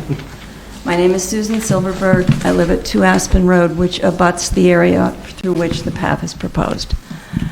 I have pretty strong feelings about not doing this because that little area, which is called Pickett's Cove, and the adjacent thicket and grassland are an extremely verdant, heavily utilized wildlife area. Insects spawn there, dragonflies, damselflies, amphibians feed and spawn there, toads by the tens, pickerel frogs, green frogs, bullfrogs, leopard frogs. One of the pieces I gave you is a printout from the Mass Department of Wildlife, not far left, green tree huggers. This is the Massachusetts Department of Fish and Wildlife, talking specifically about the leopard frogs which live in this area and spawn in this area. And if you look at the management recommendations, it says clearly that the habitat should not be disturbed. This is a species of concern. They are disappearing from their historical range. If you build a boardwalk through there, you will disrupt them. There's a thicket to the east of the cove, which is heavily utilized by perching birds, small mammals, again, to nest, to breed, to feed. You will disrupt all of them as well. One of the other pieces of information that I gave you refers to the increasing belief by environmental scientists that these kind of very small preserves are extremely important, way out of proportion to their size. The references are in there. If you really want to dive deep, you can go online and read the whole scientific paper. Part of the justification on the part of the bicycle and pedestrian folks for building this is access for people with limited mobility. The fact of the matter is that that boardwalk would dump those people with limited mobility at a fairly steep incline and over a stone wall and onto woodland paths. It's not really going to let them access. If you go just to the east, past that thicket, there is a space of Long Lake Park that has nothing but lawn and dirt on it. It would be really easy to build a walkway level with the street and a platform angled so that anybody who used it could look, enjoy the vista of the water, the sky, the trees, without seeing much, if any, sign of humans. And if you built the pad big enough, you could put a bench on it, and you could have space next to it where someone who was even in a wheelchair could be brought there, wheeled on, set on the pad, and their companion or family member could sit with them. You could do all that without touching the cove or the thicket. And the last group of people who would love to see that are, any of you who are parents, fussy infant that kept you up, you can't get them to sleep, you take them out in the stroller, thank you, Lord, they fall asleep. But if you get them out of the stroller to sit at any of the existing benches and look at the lake, they're going to wake up. That same pad that could be used for a wheelchair, you can wheel that baby right up and sit on that bench and rock them back and forth. We could provide access to our community without destroying all the other creatures that use that tiny space. I'm done. All right, thank you. And if anybody has any questions, would like to walk the area, you can access it through my house. I'm old enough that I actually have a landline, and it is listed in the phone book. So you can call me. I'm happy to meet with you, to take you through, to show you what I'm talking about. I think we have some questions Yeah, now, just- if you're willing to take them. or- It's just a real quick question. BPAC is to put this forward to us. I for know. this. Are they aware of everything that you just told us? I've told them. About the pad and I everything? told them, I hadn't thought of that idea when we met with them. They met with the Long Lake Neighborhood Association. And during that time, I spoke to them about how important this area is for wildlife at this point. I hadn't thought about the idea of putting the pad in. That came to me one night, I don't know. I think that's a catch, a big piece of this, because it's hard, and I respect everything that you sent us. We put boardwalks through all of our conservation land for access, obviously, and Right. there's a lot of creatures that you're talking about disturbing. In that sense, we would be disturbing in all of those boardwalks that we put in through Cloverdale and Town Forest. So I think an option is our best bet, and I would like them to hear what you shared, and we can I'm share happy with to them. talk with them about it. And here's the thing I want to say to you, and this is like an ethical thing.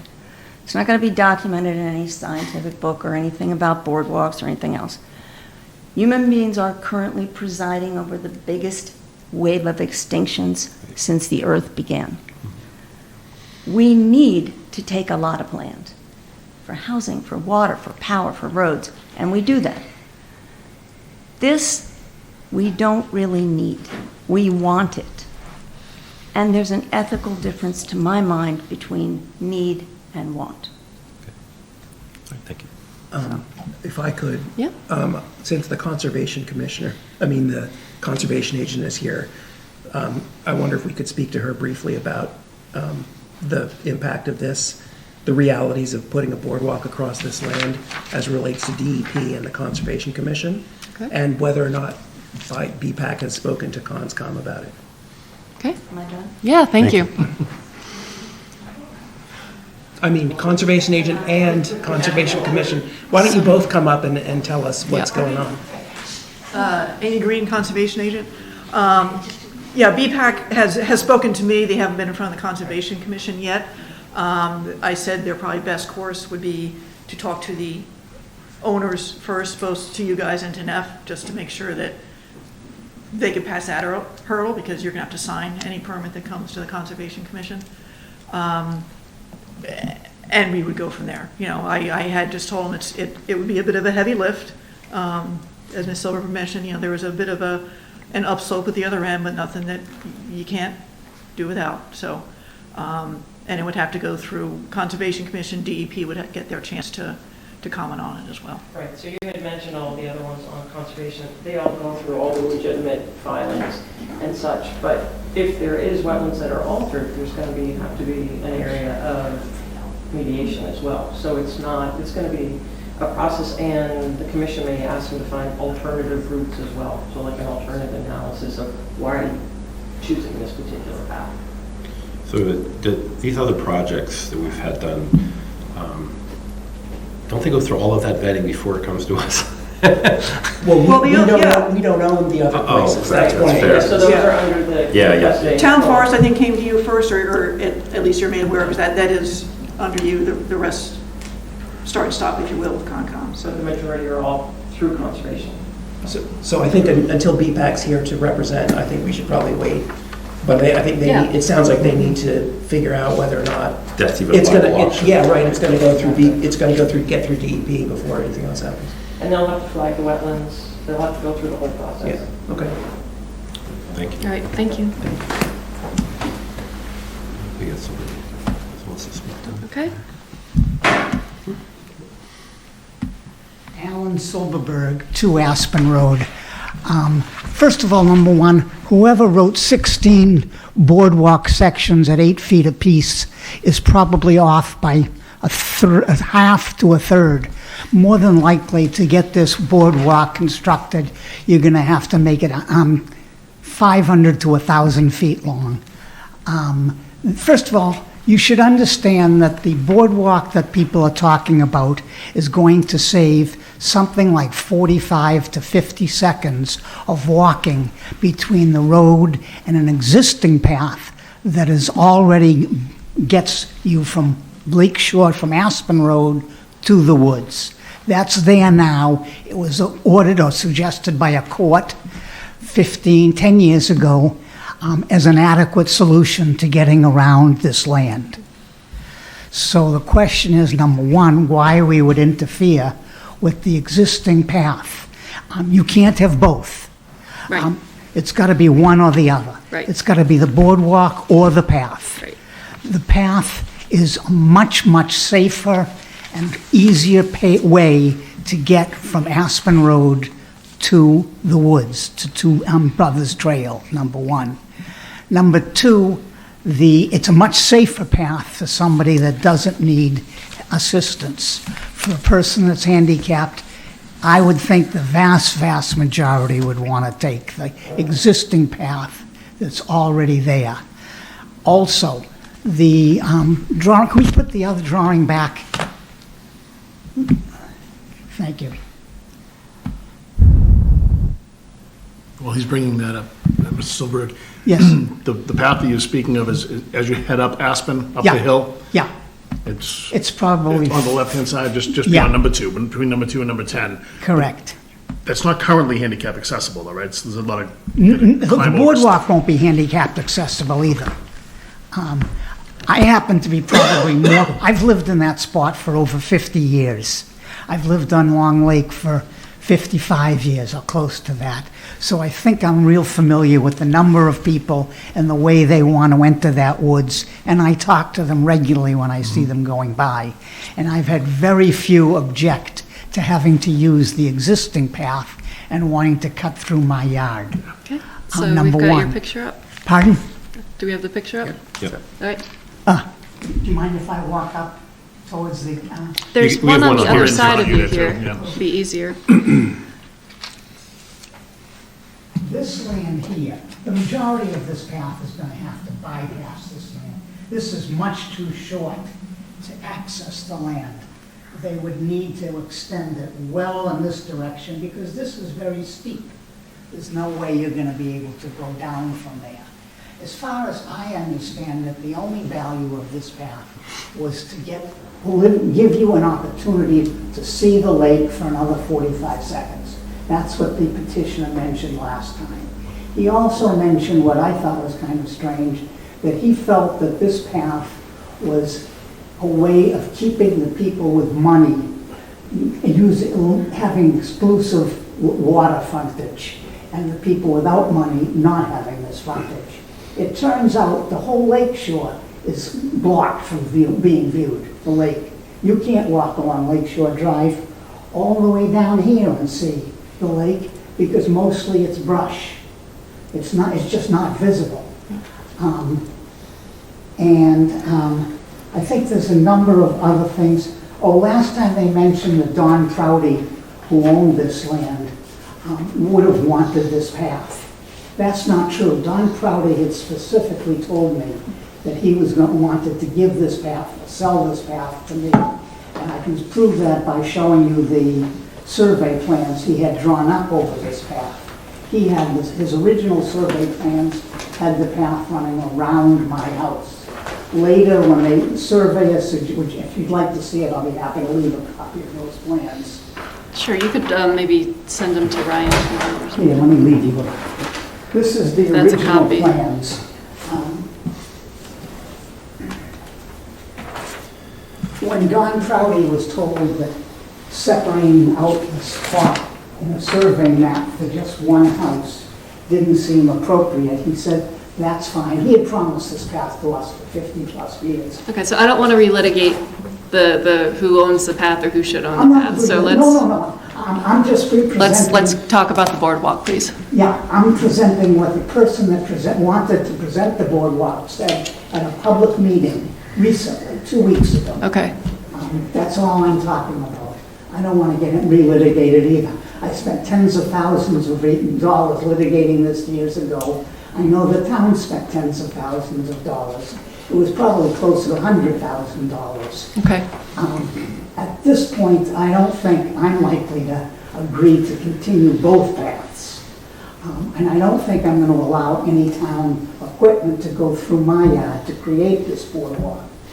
I think people need to have a measurement as to how long this boardwalk is going to go, where it's going to enter the Neff land. I don't think Neff has approved it at all, but I think the town would want to find out. But this is all irrelevant because at this point in time, I can tell you from personal experience that this stretch of land is probably the most heavily mosquitoed section on Long Lake. And it's small, and I can't, from every town I've heard from that's had examples of EEE, has tried to keep people away from the heavily mosquitoed area. Sure. All right.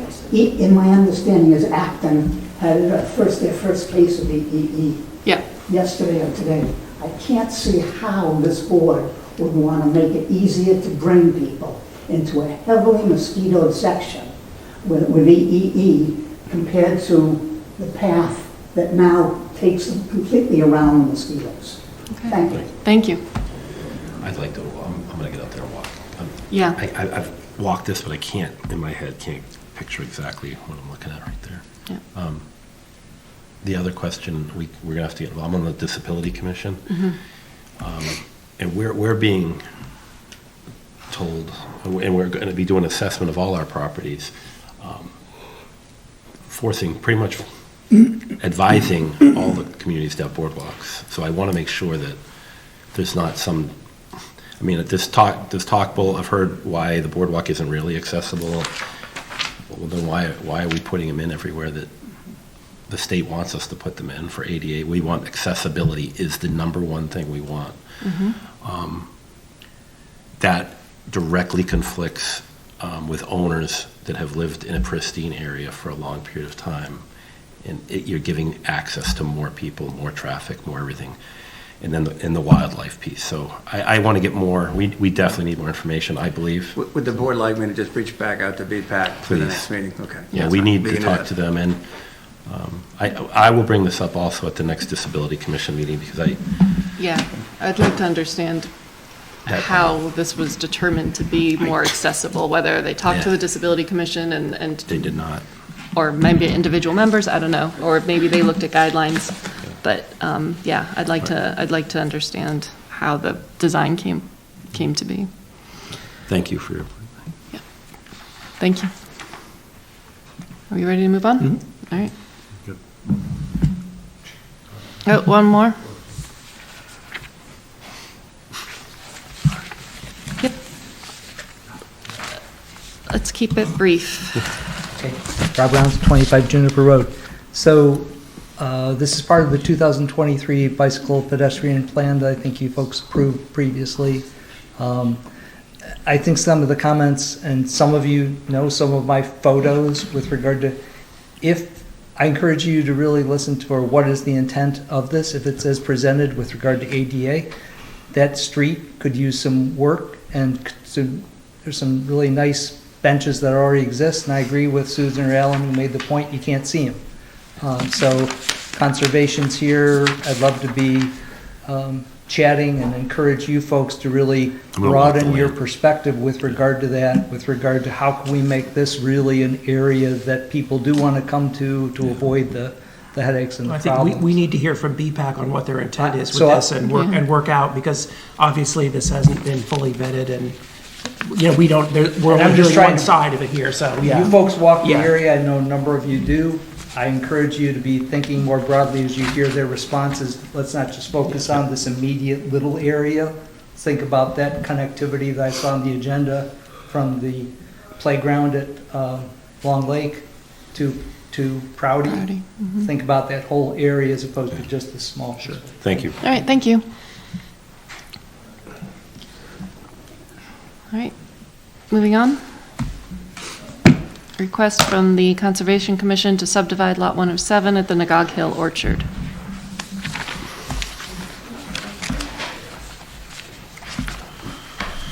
Good evening. I thought it would be prudent sorry, could you introduce yourself? Yes, Sarah Seward, Littleton Conservation Commission co-chair, and Amy Green is here to help as well. Prudent to come in to let you know we're meeting tomorrow night, and we've put it on our agenda to have a discussion about parceling off. And I did want to mention, I think it's hard for the way this was mentioned tonight in the way it's represented. It says, request for the Conservation Commission to subdivide Lot 107. I think when people hear the word subdivide, they freak out. Right. And so that's why we're here to talk about the 20 acres. And Ryan, thank you. I believe that you gave all the members a packet of information today, which is helpful in terms of the article that was submitted, but also the land. Article 8. You can call up any of those lots. The second, yep, if you keep going, yep. So right there where you see RO2 in the bottom right corner, RO2-10-0, also known as Lot 107. And then, is there one more slide below there? Is that it? Yeah, there is. Yeah, okay. So you can see the little, and so just to acclimate where we are, this is on our right as we're looking to this, that's the reservoir, Lake Nagog, and the parking lot directly across the street from that small body of water is Sarah Doublet parking. And so you can see a faint red line in the middle of the parcel, which is surrounded in yellow. And so approximately 20 acres is that that parcel, the 107, which is currently in, how's it determined? Municipal, municipal, right. So this was not part of APR. It was not part of self-help. So this was part of the original purchase from the Morrisons. So as I said, it's approximately 20 acres.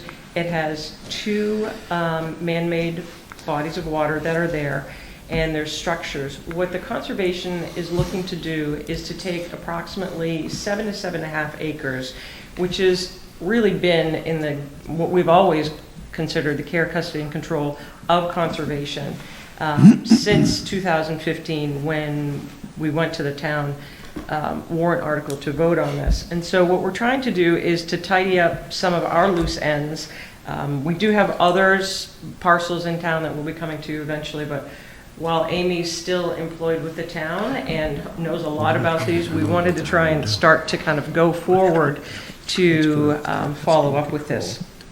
And so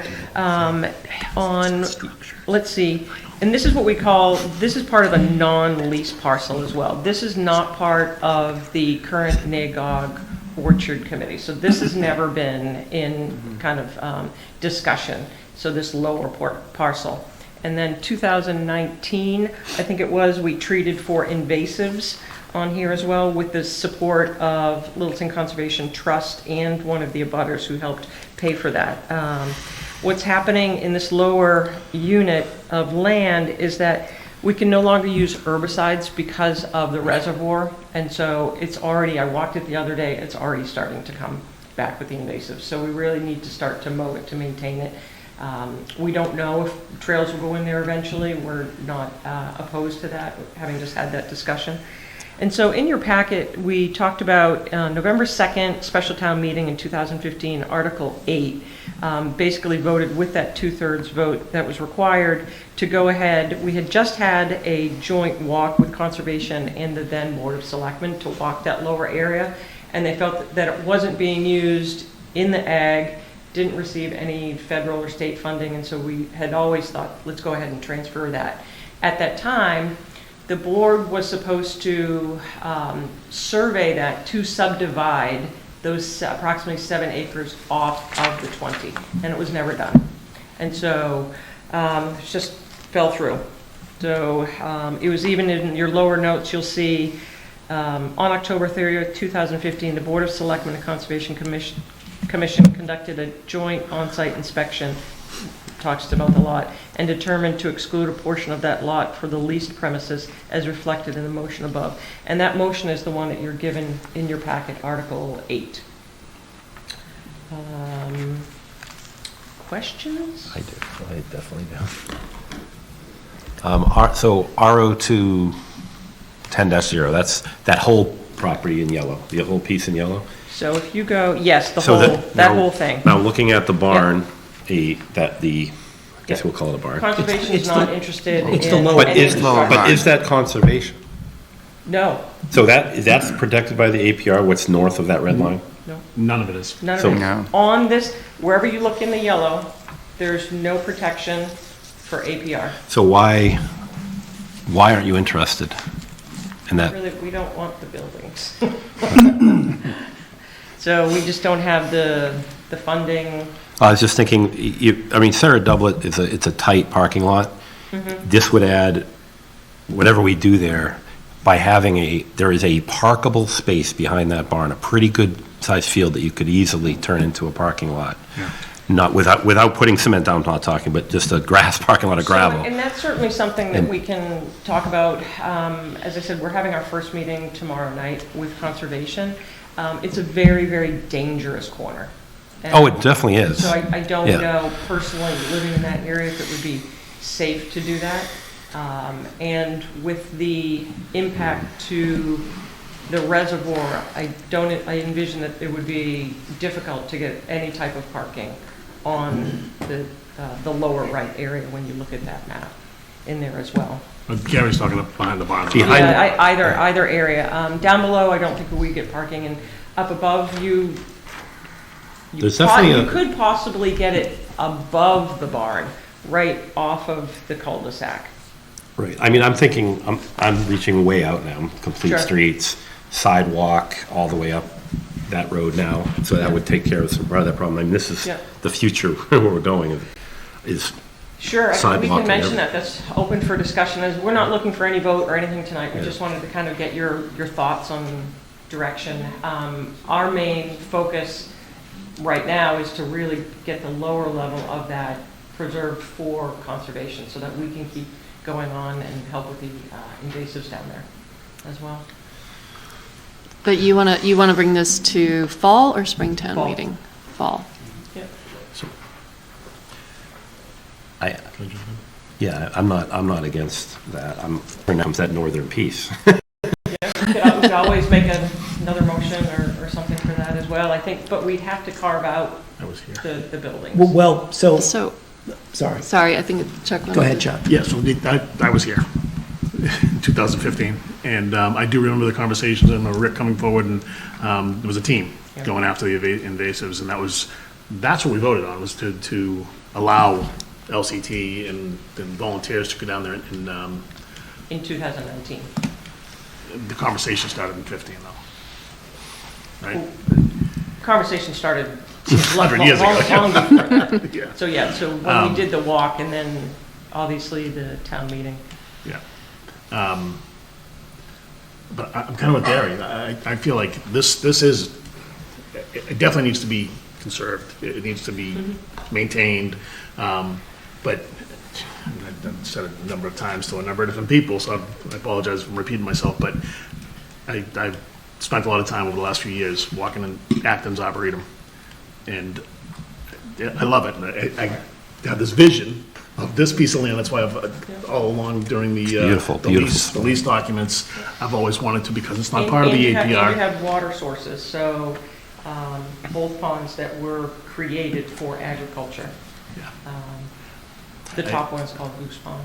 My worry is a future board, select board, that top piece now becomes fair game for a soccer field. I mean, So I'm going to say, from the point of view of the Orchard Working Group, that barn and that reservoir, that Goose Pond, as an irrigation source is viable if someone wanted to take that over and do agriculture with the former orchard. And if we pass control to Conscom for that top section, then it gets more complicated to lease it. So that's the only reason why. I mean, I have no objection inherently in passing all and making sure that all of this is protected, right? Can't just drop a pipe in Magog and irrigate from that. So, there's one already. You just can't get No, caught. actually, that already exists. I know. Yeah. Technically, you can take, what they say, 100,000 gallons a day. Yeah. Let's not tell anybody. Conservation, so happy to present this, but really, it's never been in our purview for conservation to have buildings and structures. So I think, listening to what you are saying, we would really respectfully ask to carve those. You can keep them, the buildings. We could help perhaps manage the land, but from a building standpoint, I don't think that's. well, what if the building came down? I mean, Well, what if the building stayed there? What are we and talking and about? We did the whole thing, there was a more holistic approach to the entire parcel, and And you have a the cottage as theater well. group or a cultural group as an art studio there. I mean, I don't know, there is a structure there, and it's a pretty solid structure from the reports that we've gotten. And I guess, no, you finish. I just think that there's a lot of opportunity for this parcel. Your point about parking, Gary and I have talked about that part behind the barn. But your point about, you're right there. So the Dangerous. It's a really dangerousness tough of curve, that, yeah. pulling out from the So I little think cottage. This is very helpful, bring back the feedback for tomorrow. I think our main track of what I've heard from our members is that we really want to focus on the lower section right now, because we've got good momentum, we can do that, we can keep the ball Similar to rolling on 2019. the invasives. And if it's your pleasure to propose to us to have another option to take over the rest of the land, we can put forth. I'm happy to open that up in discussion tomorrow as well. okay. Yeah, well, we have some work to do on that building. Yeah, I mean, I think the part that worries me a little bit is trying to, and it's not so much if we're sticking with just the lower portion, because that's not agriculturally significant, right? But if we're talking about, Except the water. throwing in the northern portion, is it north, the upper portion? Then I'm concerned that if that is addressed at fall meeting, but we're not really dealing with the orchard until spring meeting, we've, You've got plenty of time to It's a different discussion than the northern half, I think. the northern half, yeah. So, I mean, I would really not want to deal with the upper half. Okay, so your disinterest right now in that upper half is because of the building. The building and the water. Otherwise, And the water. otherwise it's a beautiful. Okay. Yeah, and also in particular, the southern half, or the middle piece of the southern half, is what really needs the care and custody. Sure, it's a beautiful. That's where the Yeah, invasives are. the northern woods are pretty nice, I've been through them all, Yeah. but, they don't need. Well, that bottom piece is a special And the piece of reservoir land. man Conrad's gonna take care of protecting that. Oh, it's gorgeous. Well, that was one of the covers of the town report. Yeah. Annual report. Yep. Okay. Okay. All right. Questions from anyone? Thank you. No, thanks. You'll let us know what you discuss at the, okay. Amy, let's keep it brief. So am I. Amy Tarla Lewis, Thera McGaway, speaking as a former member of the ad hoc orchard working group. So when the Morrisons, or Eunice Morrison, wanted to sell the property, she wanted agriculture and she wanted conservation. And so she did that by accessing the conservation program and the ARP program.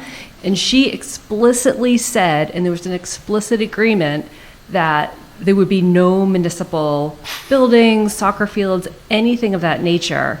That was an explicit agreement that was made before they moved forward in that entire process.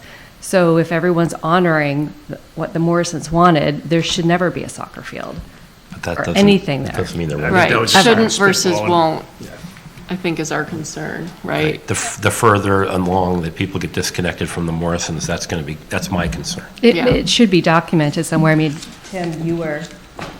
What I mean is it's just writing that anyone can say the significance to put a field there, the need, where right now, if we were to protect it differently, we need to protect it differently, that's all. That's all. Okay, thank you. Thank you.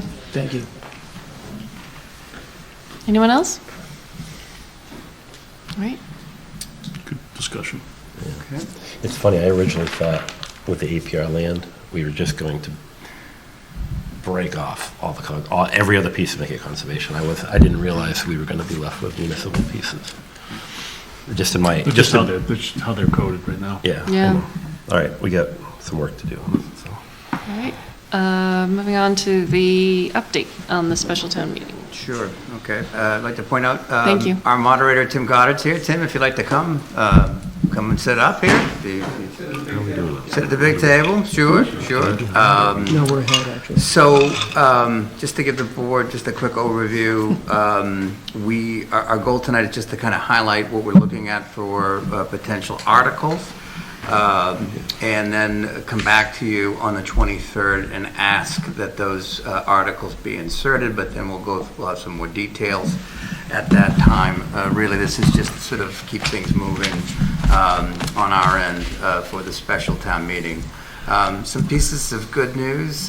First is that there hasn't been anything, well, I don't know if this is good news, but we haven't had any citizen petitions put into the warrant as of yet. So that's relatively neutral. I would also say that for the most part, looking at the list, we don't have anything that I would describe as a highly controversial matter. So that does portend to hopefully allow for a relatively straightforward special town meeting. There's still a lot of cleanup things that we would want to do and focus on. So first piece in terms of the articles we have is we have been asked, we're focusing on providing a report from the Shaker Lane School Building Committee. You'll recall you had your joint meeting with the school committee and the finance committee recently about that. So this would really be an opportunity to kick off the meeting, 10-minute limit.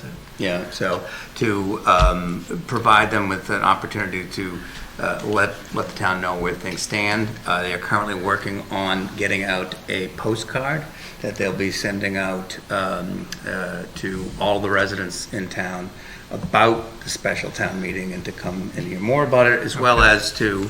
It's purely informational? Is that Purely informational at this point, right, to Okay. give them a bit of the schedule. So That's it. I mean, the warrant language should be to hear the report. To hear, yes, that's what We it don't would want be. to say accept. Nope, nothing like that. Nothing to endorse or, accept, just to you know, hear the condone or- report. Are they Nothing going of to that put the number?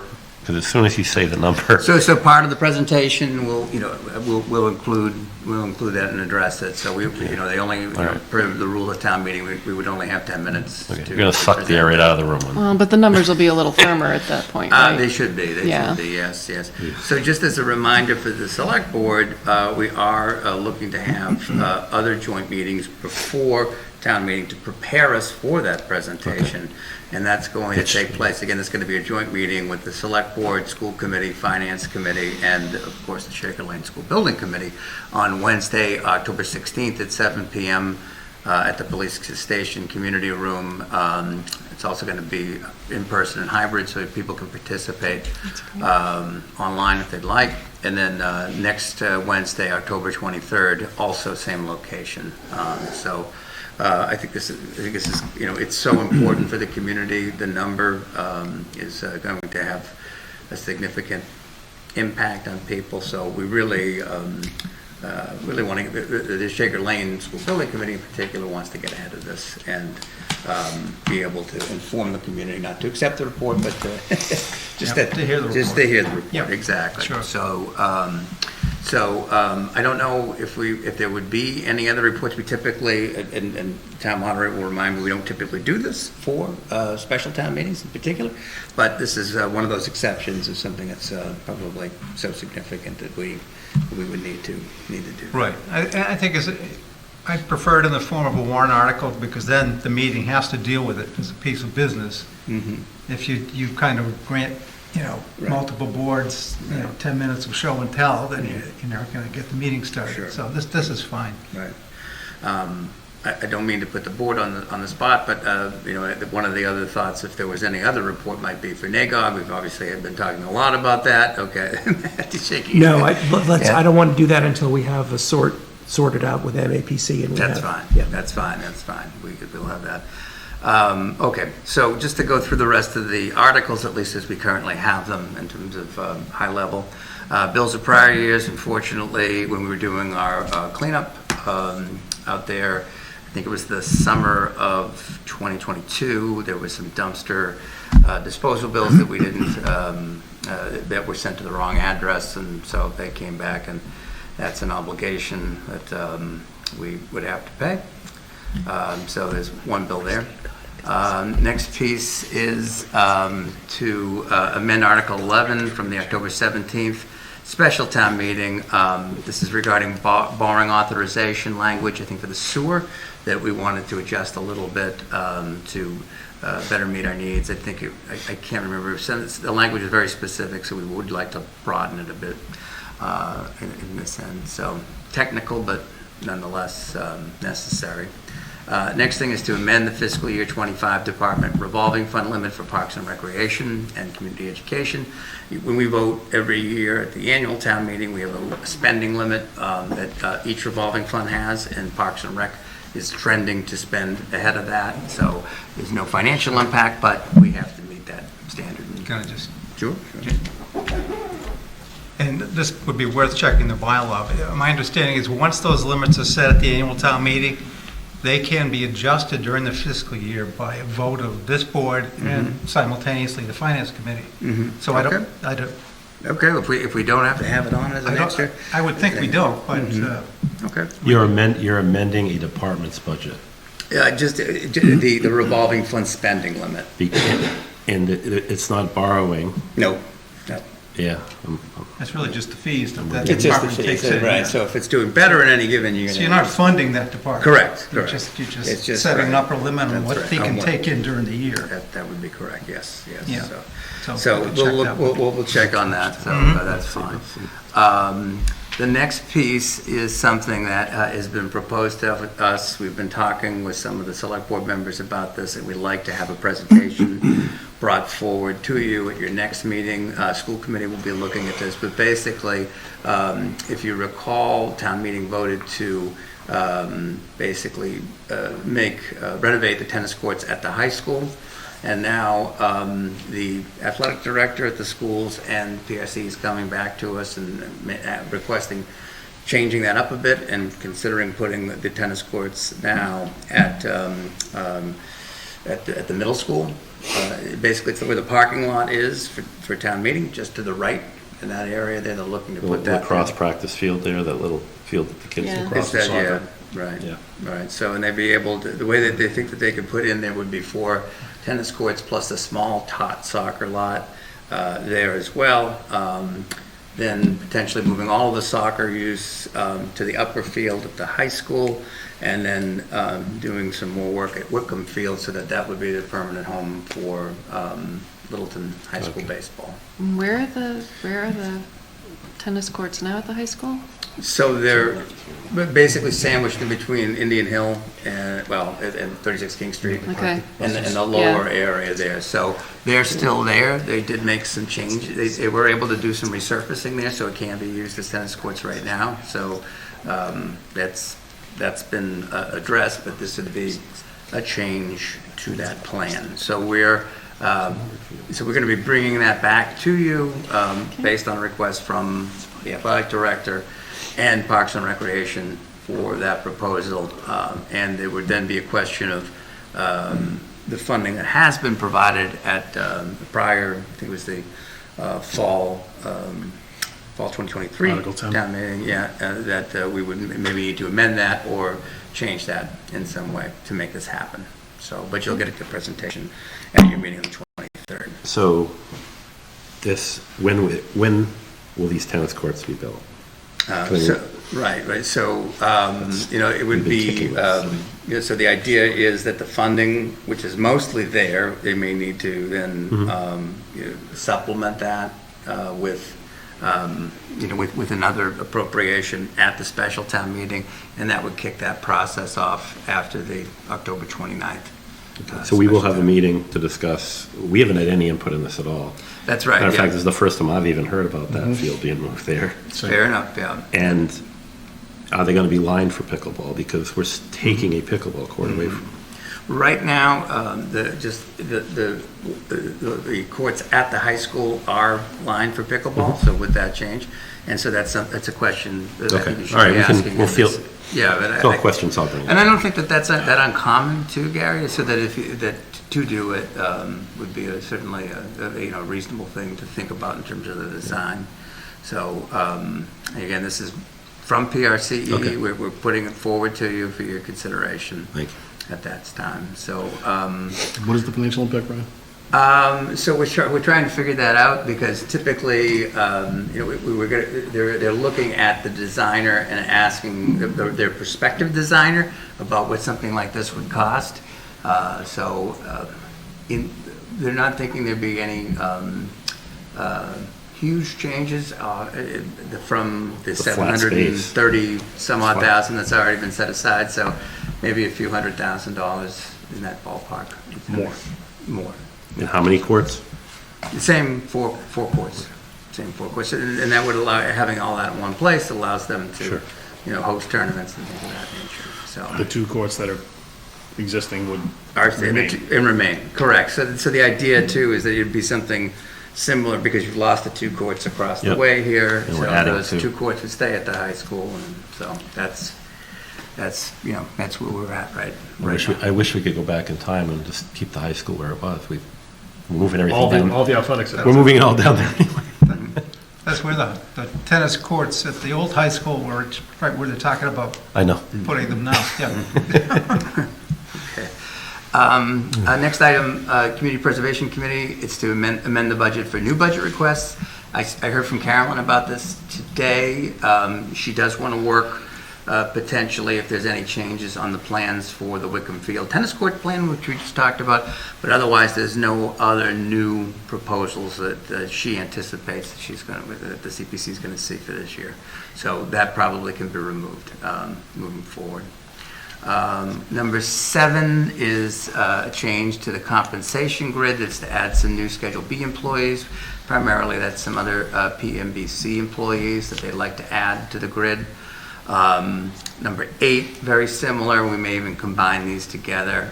This would be Schedule D employees, which are fire department on-call employees. So in all likelihood, we'll probably blend that into one article. But, this is That's not on ours. That's correct. So the stuff that's in yellow is a new one. This is fairly dynamic. So Okay.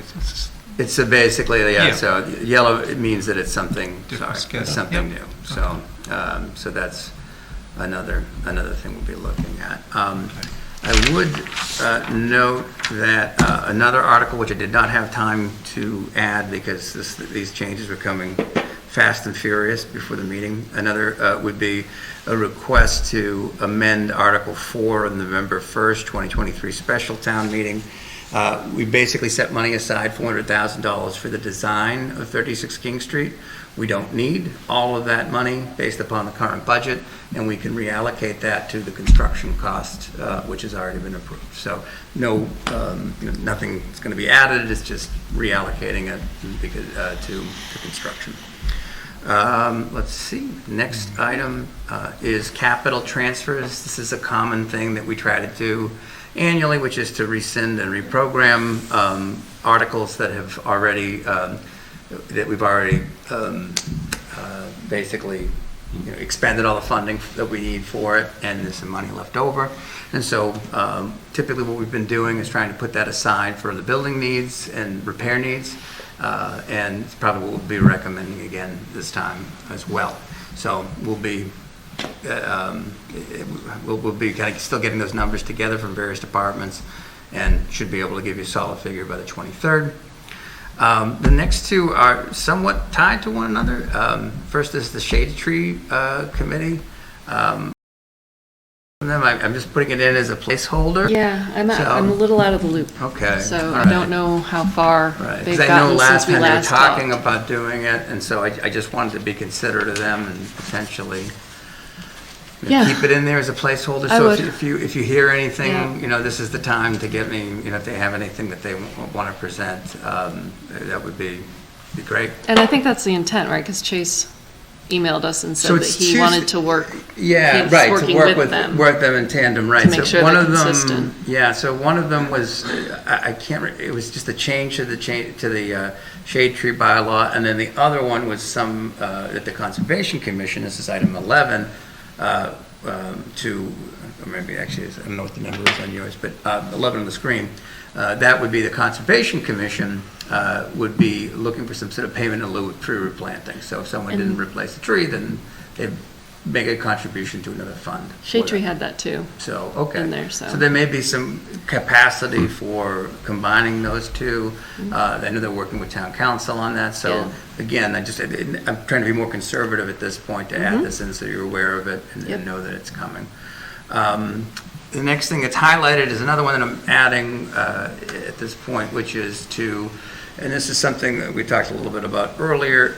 There is, at Article 12 of the May 2nd annual town meeting, there was $50,000 set aside for, I think it was some sort of master design for the Nagog Hill Orchard. We have not done anything with it to this point, so it's a question to the board as well as the Finance Committee if that $50,000 is available. And we didn't want to put it back for just general building repairs, that we could look at it and have it for another use, or expand it potentially to allow for design and repair needs at the orchard. Another alternative is we talked earlier about the $18,000 that we got from the reserve fund transfer for this.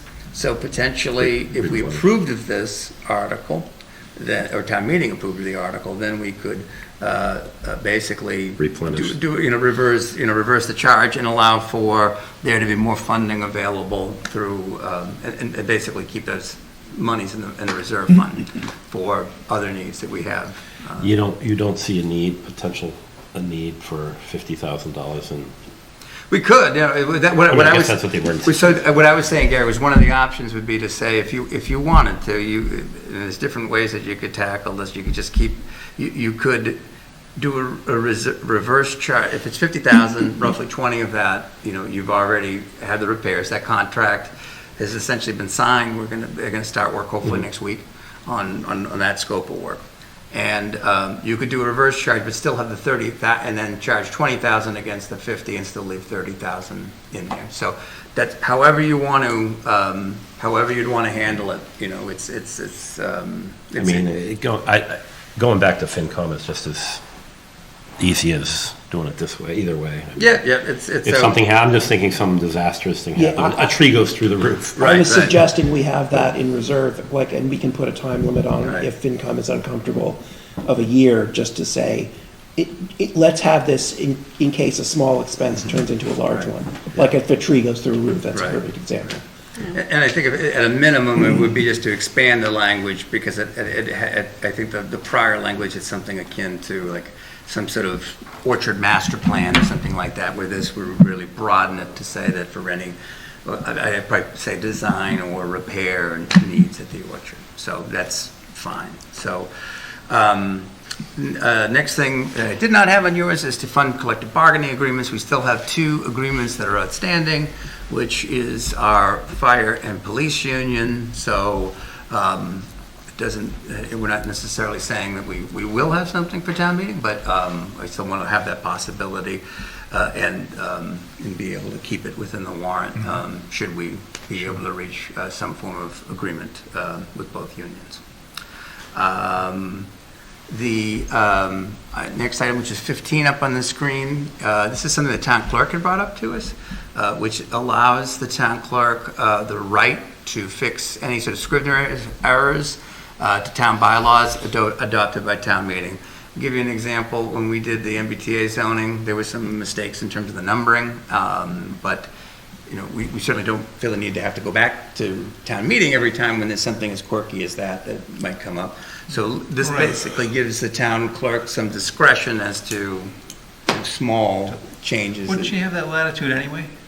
I don't think she does. So I think it's like misspellings or right, misspelling or numbering that you went from. You can't just correct that. She said she had worked with other clerks and found some language. So I think this is really her initiative that allows us to fix it. So that will get questions. That's true. Nice.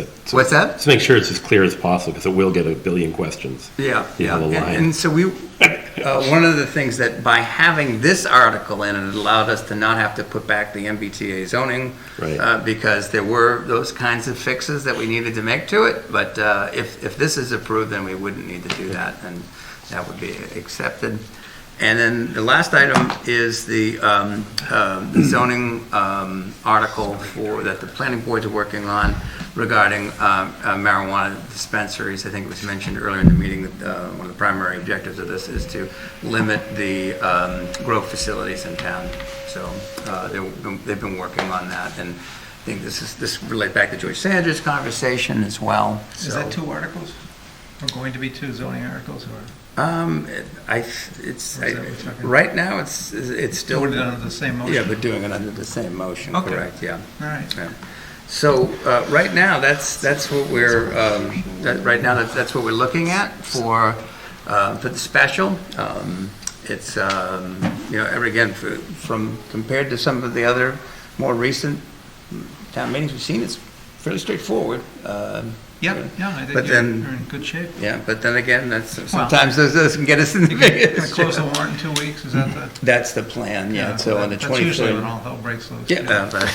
So. Citizens petitions. Regarding the Scrivener's errors, yes, I think saying changing some numbers in the MBTA bylaw is fraught with peril. If you show them examples, and one example is we're changing it from 750 units to 850 units. But saying like, we numbered these bullet points 1, 2, 4, and it needs to be 1, 2, 3. Let's just make sure it's. That's what I meant. Give them examples of the latter rather than the former. No, that would not be a Scrivener's error. Understood, but let's make it absolutely clear that that's the case. That's right.